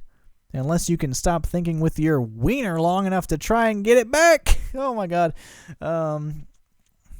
Hunter lets out a resigned sigh, and as he takes a step back to move beside me, he raises his hands in front of him as if to admit defeat. Y'all, I'm out of water, and my throat is like killing me. It's midnight already. Oh my god. Presumably, it's so he can keep an eye on the diamond by watching what I'm doing, but without getting in the way. I take off my watch and open it, tearing out the pair of cables that direct the battery's power to the laser beam. As it is, the battery is made up of a small quartz, barely bigger than a grain of rice. By taking it out and connecting the diamond instead, the watch will overload and explode. I keep working on it for a couple of minutes, and when it's ready, I head towards the door and place the watch on the floor. Everybody do the dinosaur. Happy Saturday indeed. Oh my god. And now, today, Saturday, Chelsea and I are also having a big day. I have to sit around all morning waiting for a Valentine's Day package that I ordered for Chelsea. I got her like a big fancy bouquet of flowers, having them delivered. I knew we were going out on Sunday, so I had them get sent to us on Saturday, which worked out perfectly because apparently Chelsea's cousin and her husband are in town tomorrow, and I do not want to hang out with them. So Chelsea's going to hang out with them in the morning, and then in the afternoon we actually are driving to Willow Grove, like a suburb outside of Philadelphia, because Chelsea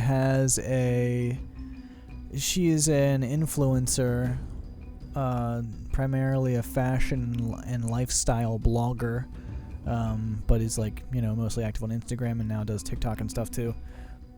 But she got an offer from a pizza shop that's like super, like, I don't know, I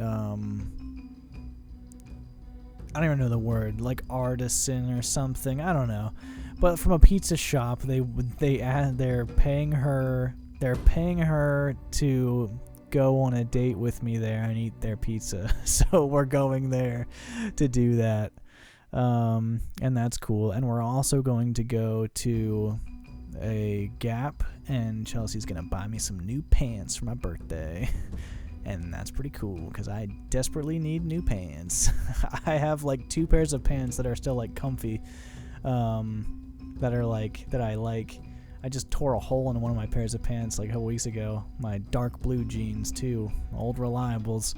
So I want to get a new pair of dark blue jeans, and I want to get a new pair of black jeans. Because it's been a minute since I've had some black skinny jeans. And then I also got to get my oil changed in my car, so that's going to be fun. But anyways, once I press the button, it'll take the watch about a minute to overheat. If you want to do something stupid like stand close to it, be my guest, but I suggest that you stay away. Hunter nods silently before taking a few more steps back. After I press the button, I run towards his side. The metal surface of the watch slowly begins to turn red as it heats, and it's not long before the light indicating a malfunction starts to blink. Once smoke begins to come out from it, it's a matter of seconds before the watch finally explodes. The blast removes... Boom. I was expecting a sound effect. The blast removes the door from the frame completely, basically splitting it in half. It also gets rid of enough of the debris to clear a path to the lobby. We wait for a moment to make sure it's safe to approach. When nothing happens, we get closer and finish getting whatever's left out of the way. My watch is destroyed, so now I don't know what time it is. But just like I had predicted, the diamond is in perfect shape. It worked! Don't sound so surprised. Of course it worked. I'm a genius. I'm a doctor. Let's get out of here before something else happens. All things considered, the lobby is in really good shape, and the parts most affected by the explosion were the ceiling and the sides of the building. The entrance itself is really dirty, with the floor full of concrete dust and most of the decoration having fallen on top of it, but it's otherwise fine. But contrary to what I had hoped, it doesn't seem to be empty. There's a noise coming from the other end of the hall. It sounds like steps, and they are getting closer. Hunter puts his arm against my chest to push me back, and we both wait in silence until we can get a better idea of whom the steps belong to. Hey, henchman! Classic henchman. Boss, are you here? It's the henchman! While I let out a sigh of relief, I can feel Hunter tense up. He must have been really certain it would be one of his own people who showed up first. Idiot, my people rule. As soon as the henchman sees me, he comes running in my direction. He stops just short of actually touching me, and I realize how awful I must look because he just sort of hovers his hands over me before putting them at his sides. He stops. Oops. Boss, you're all right. Thank God. Sphinx is worried sick. He even wanted to come here himself. I can't imagine a single scenario where that would end well. But he didn't, did he? No, we convinced him to stay, just in case you managed to get out of here yourself. We suppose that you wouldn't want to explain things right now on top of everything. Good. Where are the others? It's just me. Any more people would have alerted the police. They aren't here yet? No, but they are on their way. They gave priority to closing the nearby streets and the highway. It took them well, people could be dying in here like under rubble. What? They gave priority to closing the streets and the highway. It took them a while to realize you hadn't gotten away. Wait a moment. You know Sphinx? Hunter's eyes go wide, and I feel a certain sense of pride at the fact that the mere mention of my uncle's name still causes that kind of reaction in agents. I bet you'd like to hear about that, don't you? Yes, I know Sphinx. The rest is for me to know, and for you to wonder. The idea of causing the same expression myself someday gives me a warm feeling. And then I realize it's just the blood pooling into my chest. Right then, the henchman finally seems to notice Hunter's presence and pushes him aside, putting himself between me and him. I raise a hand to get him to back off. This man and I have kissed so much. I like him more than you, henchman. Now leave him be. Right now, all I want is to get out of here as soon as possible. Besides, the agent has promised not to do anything stupid. Isn't that right? Hunter nods half-heartedly, and the henchman moves to the front as they exchange a glare. Lead the way, then. The ambient suddenly feels very uneasy. That's a translation error. The ambiance suddenly feels very uneasy. The atmosphere suddenly feels very uneasy, and I get the impression that there's something I'm missing. It's probably just my imagination. I'm tired, hungry, and just plain sick of this whole situation. Not exactly the best time to trust any gut feeling I may have. We keep following the henchman until we reach the back exit, to an area of the museum used for loading and unloading. The vehicle's parked outside, right behind that door. This is as far as I go. It won't be good for either of us if they see us leaving together. Goodbye, Doctor. Hunter takes my hand and shakes it. It's a friendly but fairly impersonal gesture. We did not mac. Given how he acted the last few hours, I'm actually more surprised by the fact that he doesn't do anything else.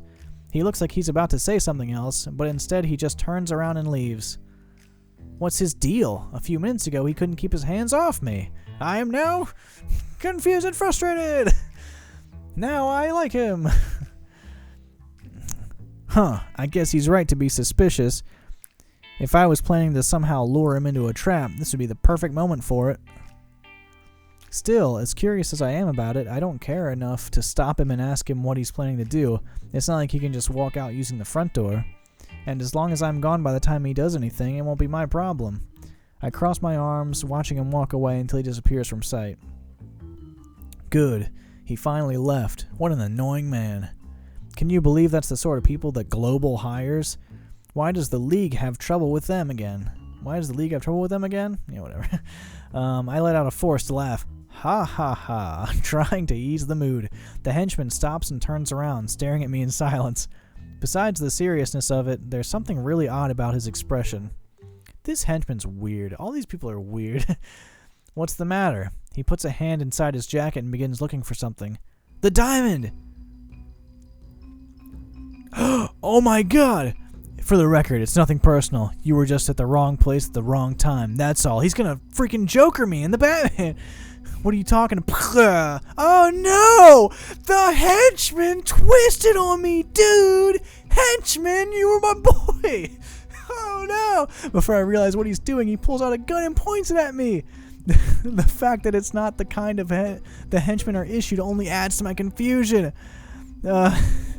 And as I take a step back, my mind races to think of an explanation and a way out of this. And I got a pop-up on my computer. Oh my god, I'm getting all kinds of pop-ups. Okay. The fact that it's not the kind of... Yeah. If you weren't so stubborn... His voice just all of a sudden is like, if you weren't so stubborn, maybe this could have ended differently. I did my best so it wouldn't come to this... No, that's going to hurt my voice. That already is hurting. I did my best so it wouldn't come to this, but you just wouldn't listen. You just had to stay and get the diamond, didn't you? You just had to get that goddamn diamond. Now I gotta kill you. I'm too tired and I don't have a good enough depth perception to react in time. Fortunately, he doesn't shoot me. Instead, he takes a step forward, hitting me across the face so hard with the butt of the gun that I fall to the floor, doubled up in pain. Oh my god. I put a hand against my face to stop the blood from my brow from getting in my good eye. It's a worthless effort, and in between the blood and the swelling, my vision is quickly beginning to blur. Ah, you son of a bitch! Oh, you buddy! I'm not going to kill you, for old time's sake. Look at this dude's friggin' smile. Haha, I'm so suave and smart. You're incompetent as they come, Keegan, but you weren't a bad boss. I've been treated much worse for much less. You have 7 minutes before this place is full of policemen, a little less for global agents. I'd say about 3. You can either stay here and get arrested or try to get away, whatever works for you. I raise my head and he clicks the gun as a warning for me to stay down before he starts to walk in the same direction that I saw Hunter take. Now, where did Agent Hunter go? As the henchman walks away, all I can think about is how there's absolutely no way for me to explain all this to my uncle. Where's the diamond at right now? Do I still have it? Or did he take it? Did the henchman take it? I don't know. Specifically because I have no... Or especially because they say specially. And it's supposed to be especially, I feel like. And that's starting to bug me because it's like every time. Especially because I have no idea what the hell just happened right now and how it relates to me. Was he a mole all this time and none of us noticed? Did Hunter know? And that's why he started acting strange all of a sudden?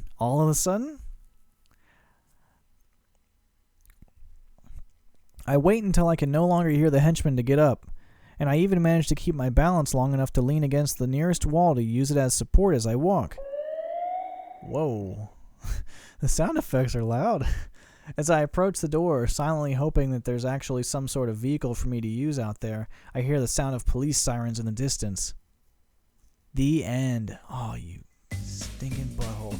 Okay, I gotta see what happens with the other one. Accept and to follow his plan instead.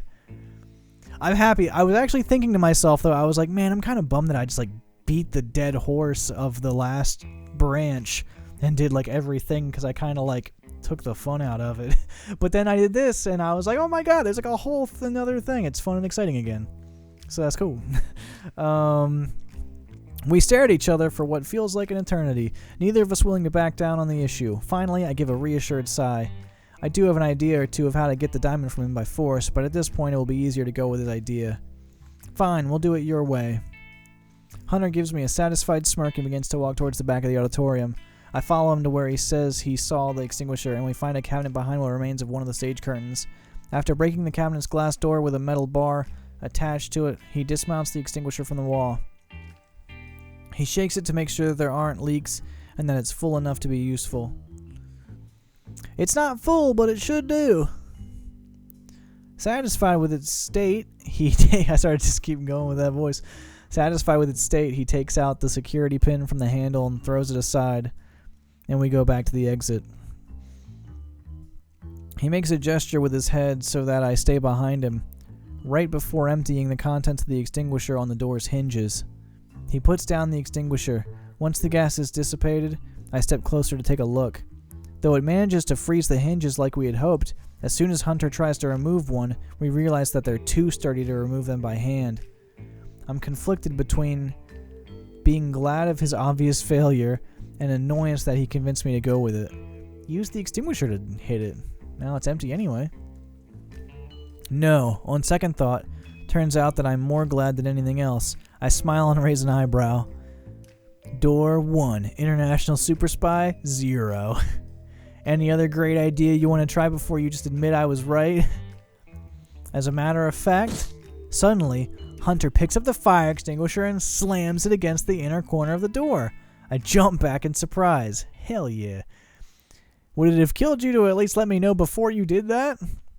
It would have been less fun. Look, the pins are beginning to come out.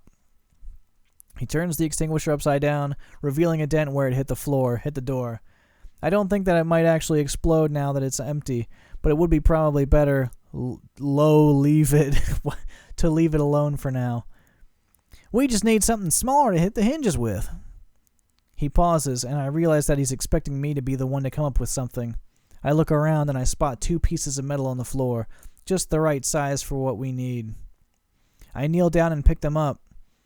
Huh. We can use these as levelers. As levers? As levers. If we keep moving the hinges, the pins... I don't know, actually. I don't know if that is the word for this concept. If we keep moving the hinges, the pin should come out all the way. Y'all, I just got in the mail today a blackout soundproof curtain for my office, and I'm so stoked. Because first of all, every day, like on the weekends when I'm in here playing games or whatever, I'm working on my computer, my monitor has like such a glare from the window behind me. So that'll be taken care of, and that's awesome. And also because it's got some more soundproofing qualities, I already have like a ton of like soundproof foam up in my office. That you can just like, if you just walk from our bedroom into this room, like you can hear the difference in your own voice. It's crazy. But I'm also excited because I finally get to use I got like a power drill set for Christmas for my parents. So I was really excited about it. And now I get to bust that out and do some screwing. It'll be awesome. I'll be a man's man to do some stuff. But anyways, then we'll just remove the door from the frame. I'll probably do that tomorrow morning. I hand him the biggest, most difficult to handle piece of the 2 and move to the opposite side of the door. Nice. I begin to work on getting the piece of metal under the hinge, and he does the same. We keep going at it for a while. Context, working in silence while we occasionally exchange looks to see if the other has made any progress. It's not long before the icy layer on top of the hinges is melted, making them so wet that our makeshift tools keep slipping. Nice. By now, my hands are starting to bleed, too, and we're not any closer to moving the door from the frame than we were when we started. I throw the piece of metal onto the floor. We both die, the end. they just do me dirty like that. It's no use. The pins aren't moving any further than they already have. Don't be so stubborn, Hunter. Just give me the damn diamond so I can blow the door up like I wanted in the first place. That again? I'm not giving you the diamond, Doctor. Come here. Let me see your hands. Let me see those hands. Freeze. Since I don't move, it's Hunter who takes a step towards me. After a moment of hesitation, I extend my arms towards him, my palms facing up. He gently takes my hands into his, turning them over to examine them. Ooh. more fun. I wait and see what he does. Ah! More romance. Looks like I want to punch him. Your skin is peeling from the friction. Looks like you'll be getting blisters. Isn't this a romantic conversation? Are you just going to stand there and tell me things I already know? I just wanted to make sure you wouldn't ruin your hands. It'd be a shame. They're pretty nice. You do a lot of good stuff with these hands. Hunter lets go of my hands, off my hands, and rips a couple of cloth strips from his shirt. He folds them into a pair of rectangles and uses them to bandage my hands. After he's done, he tugs at them gently to make sure they're tied properly. That should do it for now. Go sit down. I'll finish getting the hinges out myself. I'm like a doctor. I thought I was like a genius, though. Like, shouldn't I know good enough to do that? I look away, suddenly feeling embarrassed. I suppose an agent would need to know how to dress a wound, but the gentleness with which he did it is still rather surprising. That he was willing to do it in the first place, even. No way. Then you'll never shut up about how you got us out of here. I can tell already. He chuckles and shakes his head. You care more about your pride than your well-being? I care about not having to listen to you any more than necessary. It's been bad enough as it is. Let's meet halfway then. I'll finish with the hinges and you can help me take off the door from the frame. After some more trying, Hunter manages to loosen one of the pins enough to get the hinge out. When he's done, I stand up and help him remove the door from the frame by pushing it. I immediately regret my decision, since having time to rest my hands just made them regain enough sensation to hurt even more when I use them again. Oof. Still, I keep a straight face through the whole thing, not wanting to give Hunter the satisfaction of being right. Fortunately for us, there's not much blocking the access to the lobby, so we can get out of the auditorium without further problems. And this is the same thing. And it's my homie. Nah, it's all good. You're my best friend, henchman. I love you so much. And we're gonna get out of here together, and it's all gonna be super cool. At least that's what I thought, because then he took out a gun because he was mad. Yeah, there it is. Okay. Oh my god, so stubborn. I did my best. I'm too tired. Take a step forward. Put a hand against my face. Wait, he takes a step forward, hitting me across the face. When does he take the diamond? I don't know if he did or not. I don't know. I'm hurt. Ah, you son of a gun. I'm not going to kill you. I'm going to make you stronger. You're incompetent as they come. That's pretty freaking mean. You can either stay here, get arrested, or try to get away. Whatever works for you. I raise my hand. Nah, where did Agent Hunter go? I would love an ending to this story where, like, Agent Hunter saves me, and then we make sweet love by the fire. I don't know. Specifically because I have no idea what the hell just happened. When until I lean against the nearest wall, approach the door. Oh my god, it's the cops. The end. What the hell? Do I get arrested? Is that how that ends? I don't know. God damn. That is more than enough. Oh boy. I'm like so wiped out. I'm so tired. I gotta call this it, y'all. Did that feel very Valentine's-y? Man, I really should have. Honey Pop 2 just came out, and I'm like kicking myself. I even was thinking about it while I was setting up to record this. I was like, man, I should get that game and do it. It's like the new hotness right now. And I don't know, that game would take a lot longer than this though. Oh my goodness. But yeah, gee whiz. Way longer than I thought this was going to be. But pretty cool. I mean, at the same time, I'm surprised there's so much content in this game. And I only did one of the 2 routes. Like, I could spend another 4 hours playing the other guy's, Sergei's side. That's pretty cool. Or you can at home by finding and purchasing blind men on the device of your choosing. I don't know. I don't know what else to say. Pretty cool game. I like it. I mean, yeah, no complaints. I guess they could add more artwork to match with the story and stuff. But I don't got a better game. I don't know. I'm so beat. I'm so wiped out right now, y'all. But yeah, I can't. I don't know any more Valentine's Day theme stuff. I thought for a second this game is gonna take me a half an hour to beat, and then I'll need to kill more time because that's way too short. So I'll go on BuzzFeed and just do romance quizzes or something for another half hour, or an hour, and that would be my stream. But gee whiz, this game delivered. Yeah, I don't know. Pretty cool. I guess if you're watching this on YouTube, let me know how your Valentine's Day went. Well, I guess this is going to go before Valentine's Day still. Let me know how your Valentine's Day is going to go /went. And, whether you're flying solo or with a partner for the holiday, I hope you have a good time. And I hope this video was cool to watch, even though I'm dead by the end of it. Yeah, as far as my Twitch stuff goes, super shout out Star Ixius. Appreciate you hanging out. Super duper cool having a homie here.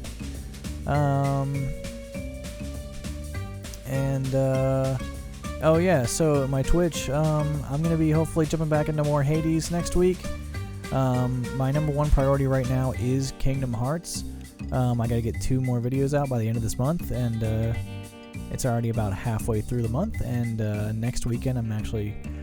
I said in the last Kingdom Hearts video that I was going to see my parents last weekend for my birthday, but something came up. I guess it was the weather. It snowed a lot. Yeah, that was it. It snowed ridiculously. I was actually off work for 2 days afterwards because it snowed so bad. But so I didn't go see my family 2 weekends ago, so I'm going next weekend. So I don't know how much editing I can get done then, or recording. I don't know why I'm talking about this, especially on a holiday special. Whatever. My main priority right now is Kingdom Hearts. I did record 1 new episode. It was awesome and also just ridiculous. I just got so stuck on a boss, but it was rewarding and fun to do so. But I still want to record another episode, and then I gotta edit all of that. So that's my top priority. But I still do want to get really back. I do really want to get back into Hades soon. I don't want to lose it. Like I said in my last episode of Hades, I like to keep up with games and not take too big of breaks. That way I stay good at them, I guess. But besides that, I say that while ignoring my God of War playthrough. Whatever, I don't know. Keep an eye on all my social medias. If you're not following me on Twitch, please go leave me a follow. I'm trying to get affiliated status, and the more people I got over there, it's going to make it a lot easier.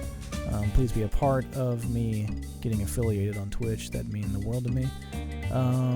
Additionally, please, if you are not subscribed to me on YouTube, do that. That's my number one place where all my content goes. All the Twitch stuff goes there. All the YouTube stuff does not go on Twitch. So definitely subscribe to me on YouTube and hit that bell to be notified of my videos when they come out. Video specific, if you enjoyed this video, leave a like, and please comment. Let me know, like I said, your Valentine's Day plans and anything else you want to talk about, maybe about this game or anything. I just love talking to you all. And what else? Social media, I am on Facebook, I am on Twitter, I am on Instagram, I am on Snapchat. All of them are Mike Stoner Peers. You can also find links at the bottom of my YouTube description or on my homepage of my Twitch to all those. And I think that is it, y'all. Thanks so much for watching, I guess. Yeah, that's totally it. Happy Valentine's Day. I hope you have a great day or just a great weekend overall. And I'll catch y'all later. Thank you so much for watching. Love ya. Bye.